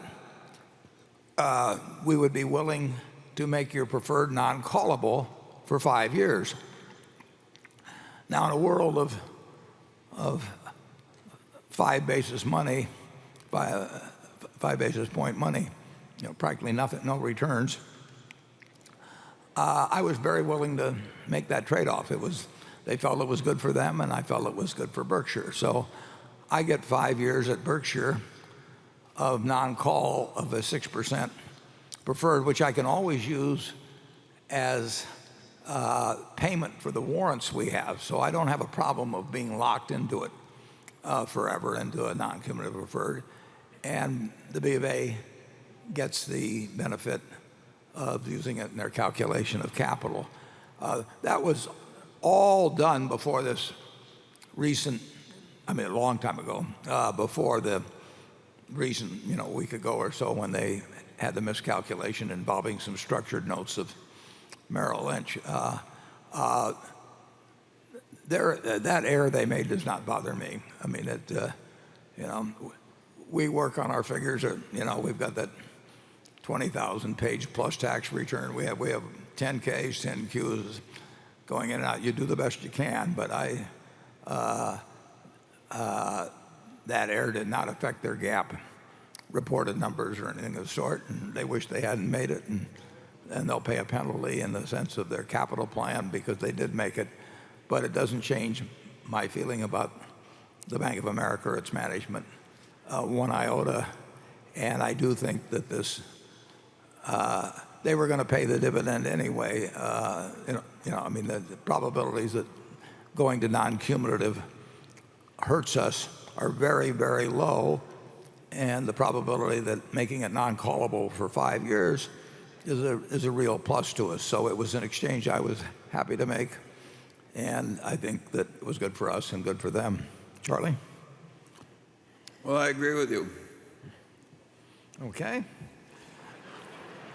Becky? This question comes from Frank Robinson in Madison, and he asks, 10 years ago, NetJets was mentioned at the annual meeting each year as an exciting growth opportunity for Berkshire. 5 years ago, there were some problems which seem to have been addressed since they're no longer mentioned. What are the current prospects for NetJets? Is it a substantial contributor to growth in revenue and earnings? Yeah, it's not a big growth. It's a perfectly decent business. The number, it peaked in new unit volume, more or less coincident with what happened in the stock market in 2007 and 2008. There were a fair number of people whose income was dependent on stock market behavior, particularly hedge fund managers, but a lot of others. And they gave us quite a boom in sales. And not only did their demand fall off, but when their contracts ran out, and they tended to run out in like 2011 and 12, a lot of them did not renew until the last, won't be totally accurate on this, but until the last 6 or 8 months, net ownership in the U.S. was declining just slightly. And that's turned around now. Net ownership is growing month by month. But it is not a huge growth business at all. I mean, it's a very large size business. I mean, we are probably 60-some% of the industry, and there's nobody remotely close as a second. I mean, we are the premier product. But I don't see the market being double or triple the present size. We are going to China very soon, but that's a very, very long-range play.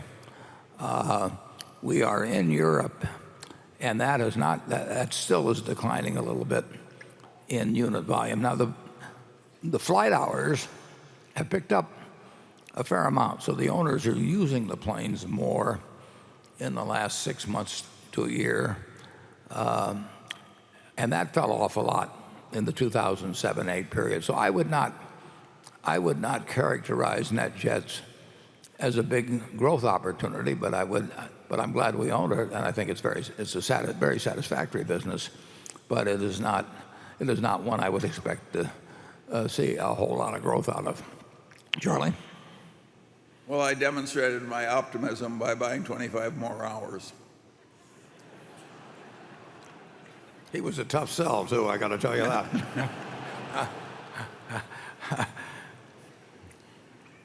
I can think of a few more comments, but I won't make them. Jay. This question is on acquisitions.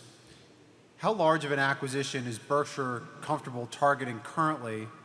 And to what extent are Berkshire's major equity investments in Wells Fargo, Coke, American Express, and IBM realistically a potential source of funds for deals?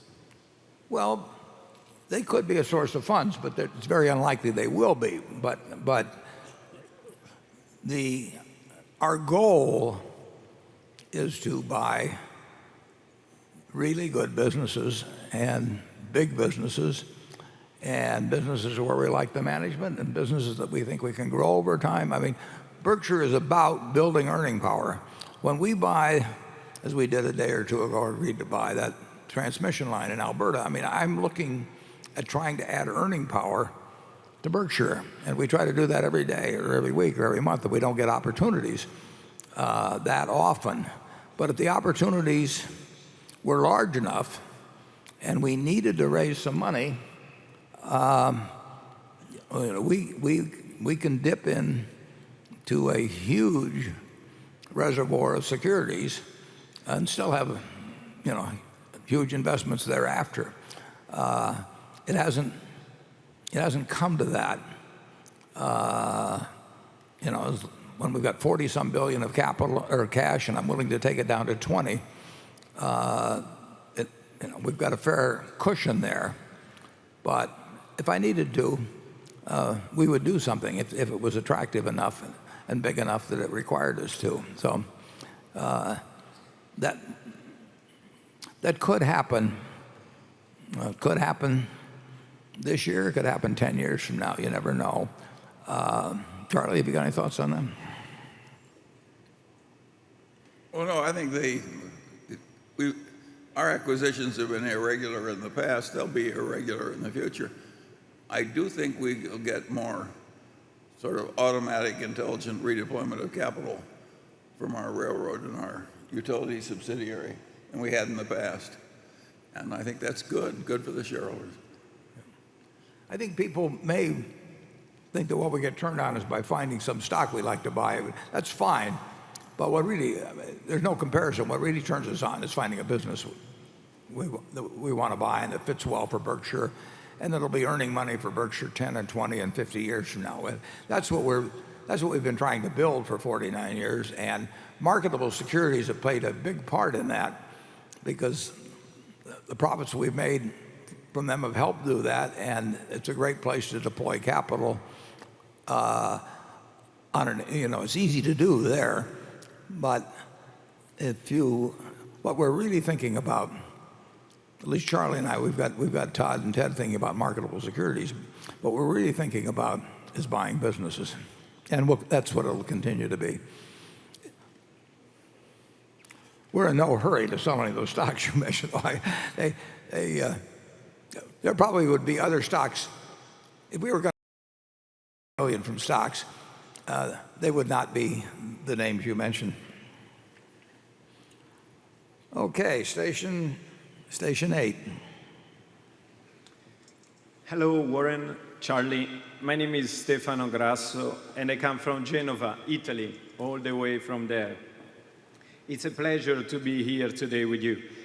I have a question about increasing leverage for Berkshire in this day. This question is really to trigger a discussion and to hear your thoughts on that.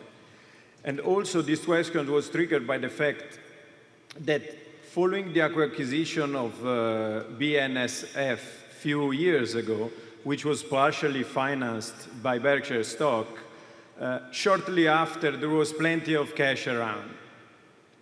There could be different advantages for Berkshire to wisely increase leverage these days. Some generally true for all the companies, some Berkshire specific.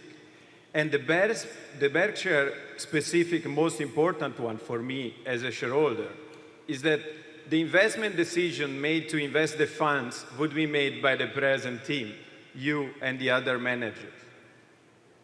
Question is then, why not go out and ask for several billions in bonds with a long maturity and maybe even with some early reimbursement or callable option embedded at Berkshire discretion and make a good use of it?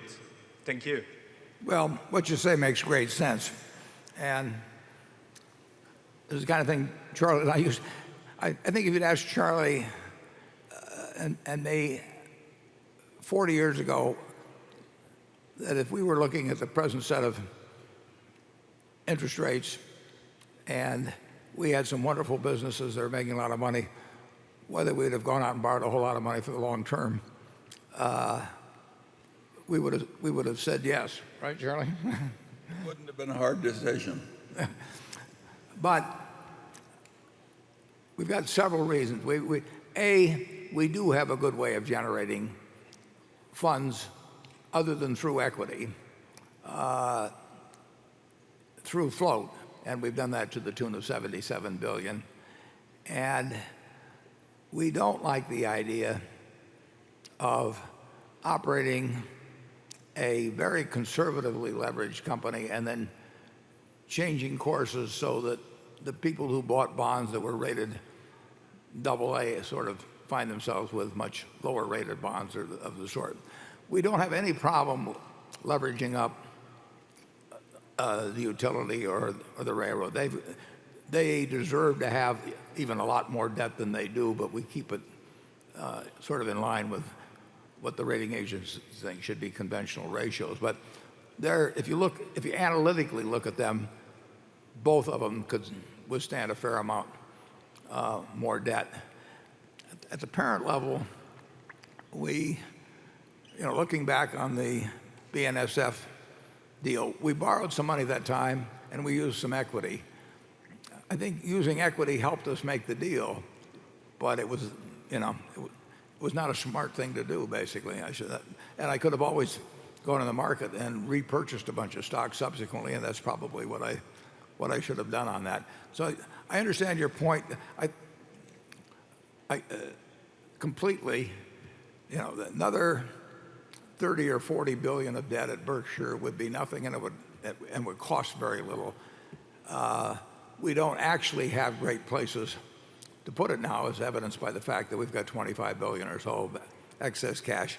We are reluctant to leverage it up a lot at the parent now, since we have these other sources of money that are really pretty attractive. We're selling what we call structured settlements, for example, that have a very long duration, and they actually have an interest cost to us of less than if we were to sell bonds. So we are doing certain things that are along the lines you urged, but not nearly as aggressively as you urged, and you probably are right. And you're certainly right if we saw a $50 billion deal and we passed on it for some reason because we were unwilling to take on some debt. If we see a really good $50 billion deal, we'll figure out a way to do it. Charlie? I think we'd welcome it. But even though what you're suggesting is intelligent, we're probably not going to do it in advance. You caught the last two words there. Andrew. Question comes from Rory Holscher in Galena, Illinois. This question is about Berkshire's investments and climate change. On one hand, Berkshire's utilities have large commitments to wind and solar power. Berkshire also has an investment in BYD, an innovative transportation company that may be comparable in some ways to Tesla. On the other hand, Burlington Northern hauls a lot of coal.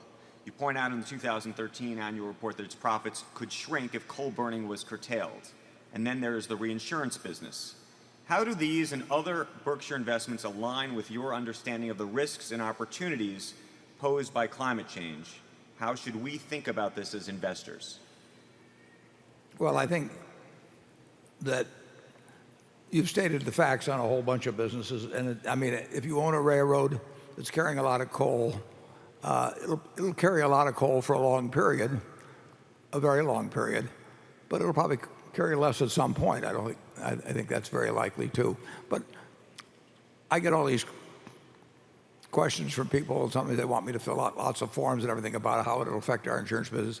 It just doesn't operate in that time period. I mean, we are not making, when Ajit and I talk about what we'll charge for catastrophe insurance, whether it's hurricanes in Florida or whether it's earthquakes in New Zealand or whatever it may be, the year-to-year change in probabilities on that are, at least in our view, extremely low. I mean, it doesn't come close to being anything that affects your prices in any material way in any given year. And we will continue to develop alternative sources of energy. We'll continue to use coal in our coal generation plants until the utility commissions under which we operate tell us that we should do something different. We have no choice about it.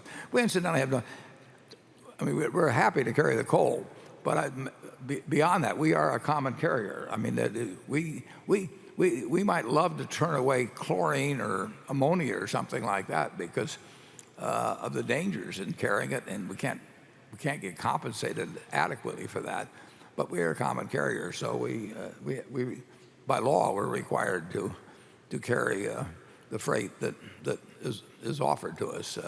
So I don't think in making an investment decision on Berkshire Hathaway or most companies, virtually all of the companies I can think of, that climate change should be a factor in the decision-making process. Charlie? Yeah, I think a lot of the people who think they know how climate change is going to change weather patterns and hurricanes are over-claiming. We're sort of agnostic. It isn't that there isn't some global warming, because there plainly is, but the people who think they know exactly what's going to happen and how many people are going to die from tropical diseases and so forth are mostly talking through their hats. I think there's a class of people who like the idea they've got a calamity to worry about. And when you say, I mean, just in terms of being an economic variable in making a decision. No, we're not thinking, how can we structure our whole investment program to take into account what we think we know about climate change. But I think we're very well located long term, no matter what happens. I think that transmission lines and we're going to have to produce a lot more electricity directly from the sun or indirectly through things like wind. And we're beautifully positioned. It's just like GEICO made a lot of money when the internet came along that they didn't really plan on. I think we'll make a lot of money as more and more electricity is produced more directly from the sun. So I think we're in a very good shape, but I don't think we deserve any great credit for it. We just stumbled into it. Greg? Since Berkshire started to transfer some of the responsibility for the company's investment portfolio over Todd Combs and Ted Weschler, the two men have gone from managing around $3 billion each in early 2012 to managing more than $7 billion each earlier this year. That said, this still represents less than 10% of the equity portion of your investment portfolio, with big legacy positions in Wells Fargo, Coca-Cola, American Express, IBM, and Procter & Gamble overshadowing the rest of the holdings. Can you give us an update on how much money each of your lieutenants is now running and how much you see that growing into over the next 5 years? And given that both men have seemingly been involved in things beyond their roles as portfolio managers the last couple of years, how much do you expect their roles to expand over time? And on a completely separate note, at what point can we expect to see Todd and Ted join you and Charlie up there on stage to talk about their efforts managing Berkshire's investment portfolio? I got through college answering fewer questions than that, but they are managing about, it's a little over $7 billion now.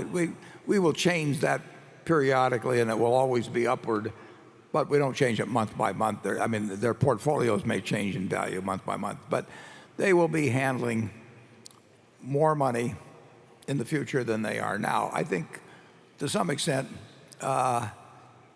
they as well as I've had the unpleasant experience of handling more and more money as years go by.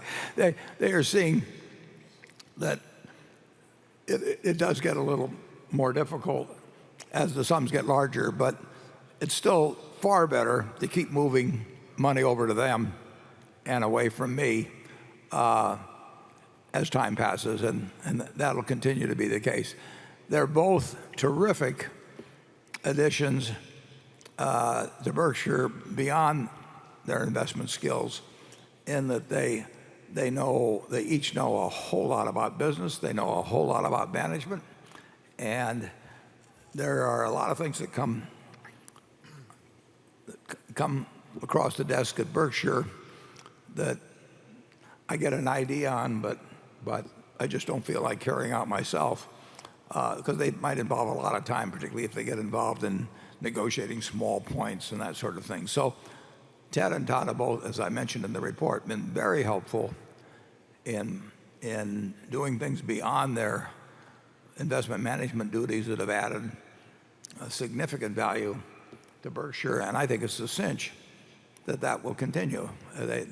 They want to do it, they enjoy doing it, they don't ask for extra compensation at all because they do it. They're 100% attuned to Berkshire. They know how I think, and if I tell them, here's a deal that I think makes sense, if you can get it done, they'll know why it makes sense, and they'll know how to get it done, and they'll spend the time to do it. So it's been a big plus for Berkshire to bring them on board, and they'll be more important factors as the years go by. Okay. Charlie? I'm sorry. Nothing to add. Okay. How's that? Station 9. Good morning, Warren and Charlie. My name is Jason. I'm from Toronto, and my question relates to the general financial markets. We've been in an environment of virtually zero interest rates now for many years. In recent times, prolonged periods of low rates have led to asset bubbles, such as the housing bubble and potentially now a bond bubble. If you were running the Fed, what would be your policy with respect to interest rates? Do you see a need for a hike, and what would be your time horizon for such a change? Thank you. Well, since you're right about who would have guessed 5 years ago that you'd have had rates this low for this long? I would say that I'm surprised at really how well things are going. I don't think I would be doing much differently, and I particularly say that because it's worked so well so far. So I would like to say that I would have done exactly the same thing and take credit for it. I've been surprised at how well it's worked, but as I said last year, this is really an interesting movie because we haven't seen it before. And what makes it interesting is also we don't know how it ends. But I think Ben Bernanke was a hero both at the time of the crash or the panic and subsequently. I think he's a very smart man. I think he handled things very well. What was interesting to me was when the minutes of the Fed from the period in 2007 and 2008 came out, it was interesting to me how a number of the members of the Fed were not getting it as to what was happening. That was really fascinating. It wasn't. There were a lot of them that didn't really understand. It seems that way, or some of them that didn't understand just how serious things were. And so I give particular credit to Bernanke, considering the fact that he was really not getting certainly not a unanimous view from those surrounding him, that the kind of actions he knew were necessary, that were really necessary, and yet he went ahead with them, and in my opinion, did a masterful job. And from everything I've seen of Janet Yellen, I feel the same way about her. We will see how this movie plays out. You know, I do not know the answer as to what happens if you keep rates close to zero for a very, very long time and keep absorbing more and more of the debt issuance of the country. Because so far we've tapered, but we're still buying. I'd be interested to hear Charlie's thoughts on it. Well, nobody, for instance, in Japan would ever have anticipated that interest rates would go way down and stay down for 20 years, and nobody would have expected common stocks to decline by huge amounts and stay down for 20 years. So strange things have happened, and they're very confusing to the economics profession. In fact, if you're not confused, you really probably don't understand it very well. And at Berkshire, what I noticed is there aren't many long-term bonds being bought. Yeah, well, you know, in 2008, I wrote an article saying, you know, that everybody was saying cash is king. Well, cash may have been king if you used it, but cash was the dumbest damn thing you could possibly own, you know, if you weren't going to use it. And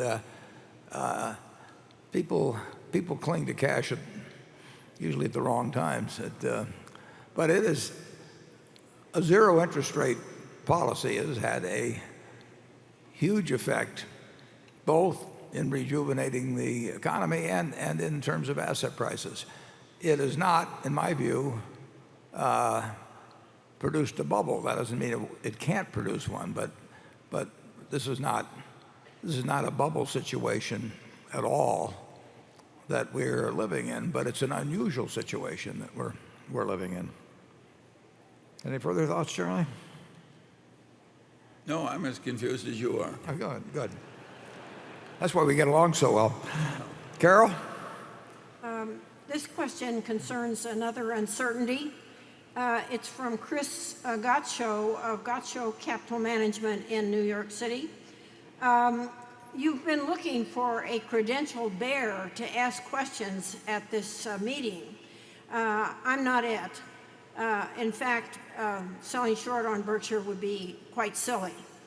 However, in the long term, Berkshire has a business model of owning over 70 non-financial unrelated businesses, bricks and chocolate, for example, which is a model that has almost universally not worked well in the past 100 years of American business. The model has worked well for you two, Mr. Buffett and Mr. Munger, who are uniquely talented. But the question is, the probabilities do not seem likely to be favorable that their successors will be able to have it continue to work nearly as well. So that is my question. Okay. Actually, it's interesting. The model has worked well for America. I mean, if you look at all these disparate businesses in America, they've done extraordinarily well over time. So if you want to look at the Dow Jones average as one entity, now it was a changing group of companies over a 100-year period, but you know, any business unit that goes from 67 or 66 to 11,497 while paying you out a fair amount of money every year actually as a model has worked pretty well, but it hasn't been, of course, under one management. But owning a group of good businesses is not a terrible business plan. A good many of the conglomerates were put together to perform financial magic of one sort or another. They were based upon, if you go back to the Litton Industries and the Gulf and Westerns, and just you could name them by the hundreds. They were really put together, Ling Tank LTV, and on the idea of serial issuance of stock, where you issued stock that was selling at 20 times earnings to buy businesses that were at 10 times earnings. And it was the idea that somehow you could fool people into continuously riding along on this chain letter scheme without the primary thought being given to what you were actually building in the management. I think our business plan makes nothing but great sense to own a group of great businesses, diversified, outstanding managers, conservatively capitalized, and with one enormous advantage, which people don't really understand. I mean, capitalism is about, in an important way, it's about the allocation of capital. And we have a system at Berkshire where we can allocate capital without tax consequences. So we can move businesses from See's Candy that generate surplus capital to other areas. It doesn't hurt See's in the process, and we can move it, as the textbooks say, to places where capital can be usefully employed, like wind farms or whatever it may be. So we are, there's nobody else really better situated to do that than Berkshire Hathaway, and it makes perfectly good sense, but it has to be applied with business-like principles rather than with stock promotion principles. And I would say a great many of the conglomerates have had as their underlying premise stock promotion. You saw what happened with Tyco. Or the serial acquirers were usually interested in issuing a lot of stock. I think if you had to look at one of the primary indicators of what sort of species you're viewing, you would see whether somebody's issuing. If they're issuing stock continuously, one way or another, they probably got a chain letter game going on, and that does come to a bad end. I think our method of acquiring for cash and acquiring good businesses and building many, many sources of growing earning power, I think, is a terrific model. Charlie? Well, I think there are a couple of differences between us and the people who are generally thought to have failed at a conglomerate model. One is we have an alternative. When there's nothing to buy in the way of companies, we've got more securities to buy in the insurance company portfolios, and that's an option which most of the other conglomerates didn't have. And number two, they were hell-bent to buy something or other quite regularly, and we don't feel any compulsion to buy. We're willing to just sit until something makes sense. We're quite different. We're a lot more like the Mellon brothers than we are like Gulf and Western. And the Mellon brothers did very, very well for, 50, 60, 70 years. And they were willing to own minority interests. They were willing to control companies. They were a lot like us. And so I don't think we're a standard conglomerate. And I think we're likely to continue to do very well. Sort of like as if the Mellon brothers had just kept young forever. Now you're talking. Yeah. Jonathan. Forest River is one of Berkshire's better performing acquisitions. Since Berkshire purchased it in 2005, its sales have grown considerably faster than those of its principal competitor, Thor, and I believe it has taken the #1 spot at retail for recreational vehicles. Can you explain what Forest River is doing differently from Thor, and tell us whether Forest River is accepting lower operating margins than Thor's 7% to gain the share? Does Forest River have any sustainable structural advantages over Thor that will help it maintain its #1 position? Also, with 3 companies now accounting for about 80% of the share in the RV market, are there greater barriers to entry than in the past, or can a feisty upstart like Forest River in its day still come out of nowhere and gain a lot of share? Yeah. We bought a company called Forest River, run by a fellow named Pete Legal, I'd say about 10 years ago or so. And it's interesting. Pete was not an MBA type at all. He's a terrific guy. He built up that was not a statement, that was an observation. Pete built up a very successful but much smaller RV business, and he sold it to a private equity firm in the mid-1990s, and they promptly started telling him how to run it, and he very shortly thereafter told them to go to hell, and not very long after that it went broke, which is not an unusual. I would have predicted that. So Pete then bought it out of bankruptcy and rebuilt it, and then came to see me about 10 years ago. And in one afternoon, we went to dinner that night. He brought his wife and his daughter, and we bought the business. And he made me a couple of promises then. He's very limited in his promises. I told him what I'd do. And we've lived happily ever after. I've never been to Forest River. It's based in Elkhart, Indiana. I hope it's there. I mean, maybe they're just making up these figures. You know, I can see that. Some guys say, "What figures shall we send Warren this month?" You know, ha ha ha. But Pete does a terrific job of running the company. We made a deal at the time he came on incentive comp and base comp. He's never suggested a change. I've never suggested a change. He's built the company to where it'll do over, I think it'll do over $4 billion of business this year. I've probably had 3 or 4 phone calls with him in the whole time. It's his company, and he does a sensational job. I don't know about the Forest River situation in terms of how tough it is to go in to compete with him. But I think it'd be tough to compete with Pete under any circumstances.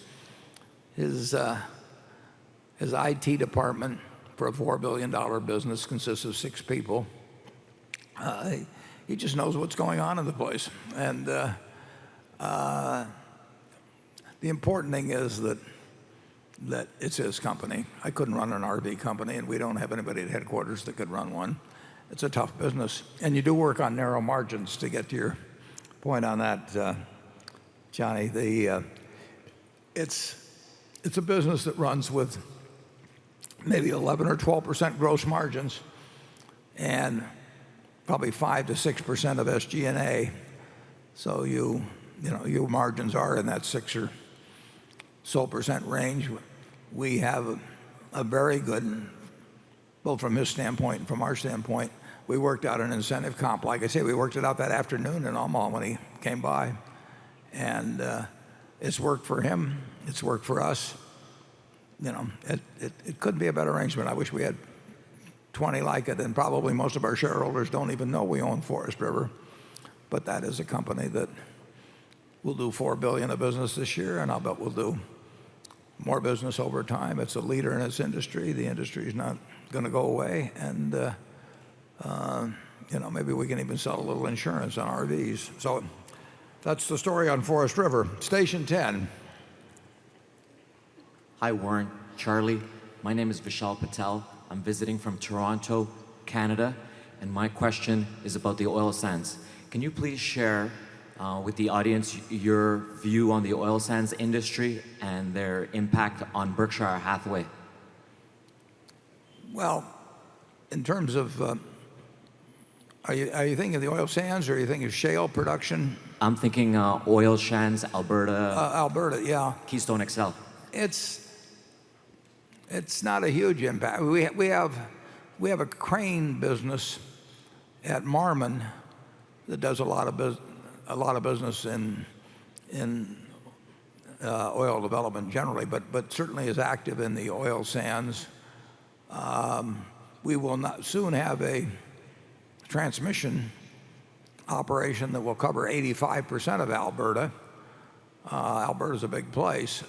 It'll have 8,000 miles or something like that of transmission lines, for example. But the oil sands business I mean, oil sands are huge, and we own some ExxonMobil, and they've got an operation in the oil sands, obviously. One thing you might find kind of interesting, we are moving 700,000 barrels a day of crude oil on our railroad. We've probably got maybe 9 unit trains now. Matt can correct me on that. They carry 100 cars or so, and each one has 650 barrels or so of oil. So that oil, you may find interesting.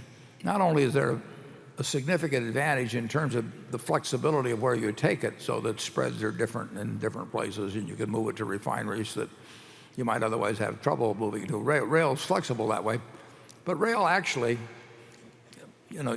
mentally you think of oil gushing through pipelines, but rail is probably, I would say, close to twice as fast in moving oil as our pipelines.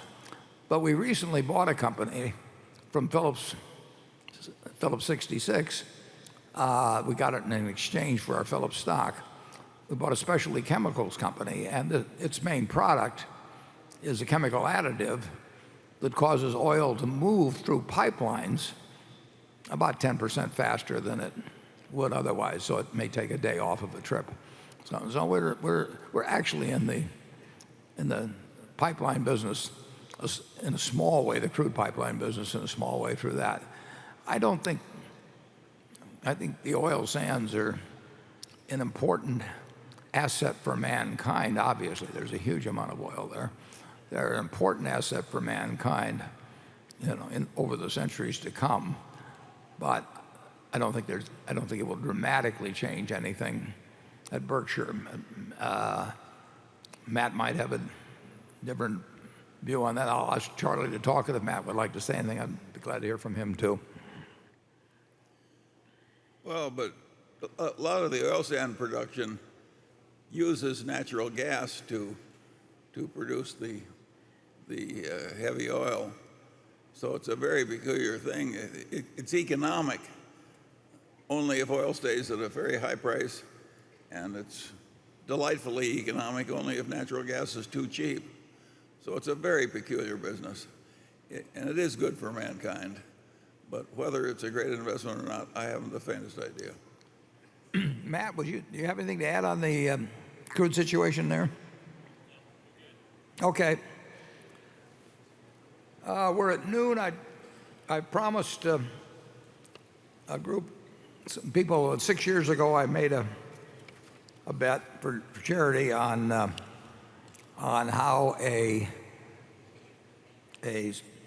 index, Standard & Poor's 500 index fund would compare in performance to a group of hedge funds, and a firm in New York took me up on the bet, and I promised that every year I would give the up-to-date results on how we're doing, and it's getting to be more fun to give these results every year. We're now 6 years into the bet, and it's interesting because the people who selected these funds are very decent people and smart people, and obviously the fund of funds gets paid based on they get paid a fee naturally, but they also get paid an additional performance fee based on how the hedge funds they select do. So they have every economic incentive to come up with a wonderful group of hedge funds. And underneath these 5 fund of funds that are involved in the bet, there are probably at least 200 hedge funds that the fund of fund managers have carefully picked in order to enhance their own income. They got the ultimate motivation going for them. So we are now 6 years into the bet, and the first year the fund of fund groups in a down market did considerably better than the S&P, but as you can see in the 5 years subsequently, the S&P has been running away to some degree. Interestingly enough, we each put in $350 or something thousand, and we bought 0 coupon bonds, so there would be $1 million in 10 years. We bought 10-year treasuries, 0 coupon, and we bought $1 million principal we each put up 350. Well, the way interest rates changed after a few years to practically zero rates, it meant the bonds, even though they had no coupons attached to them, practically went to par. So a year or two ago, we sold the bonds at about 95 or 6. We got almost the full $1 million. We put that all in Berkshire stock. I guaranteed them that they would have $1 million at the end of 10 years, no matter what happened. And so the prize looks like it's going to be quite a bit more than $1 million when the 10 years comes around. So far, everyone's happy. We'll come back at 1 o'clock, and we'll move on from there. Thank you.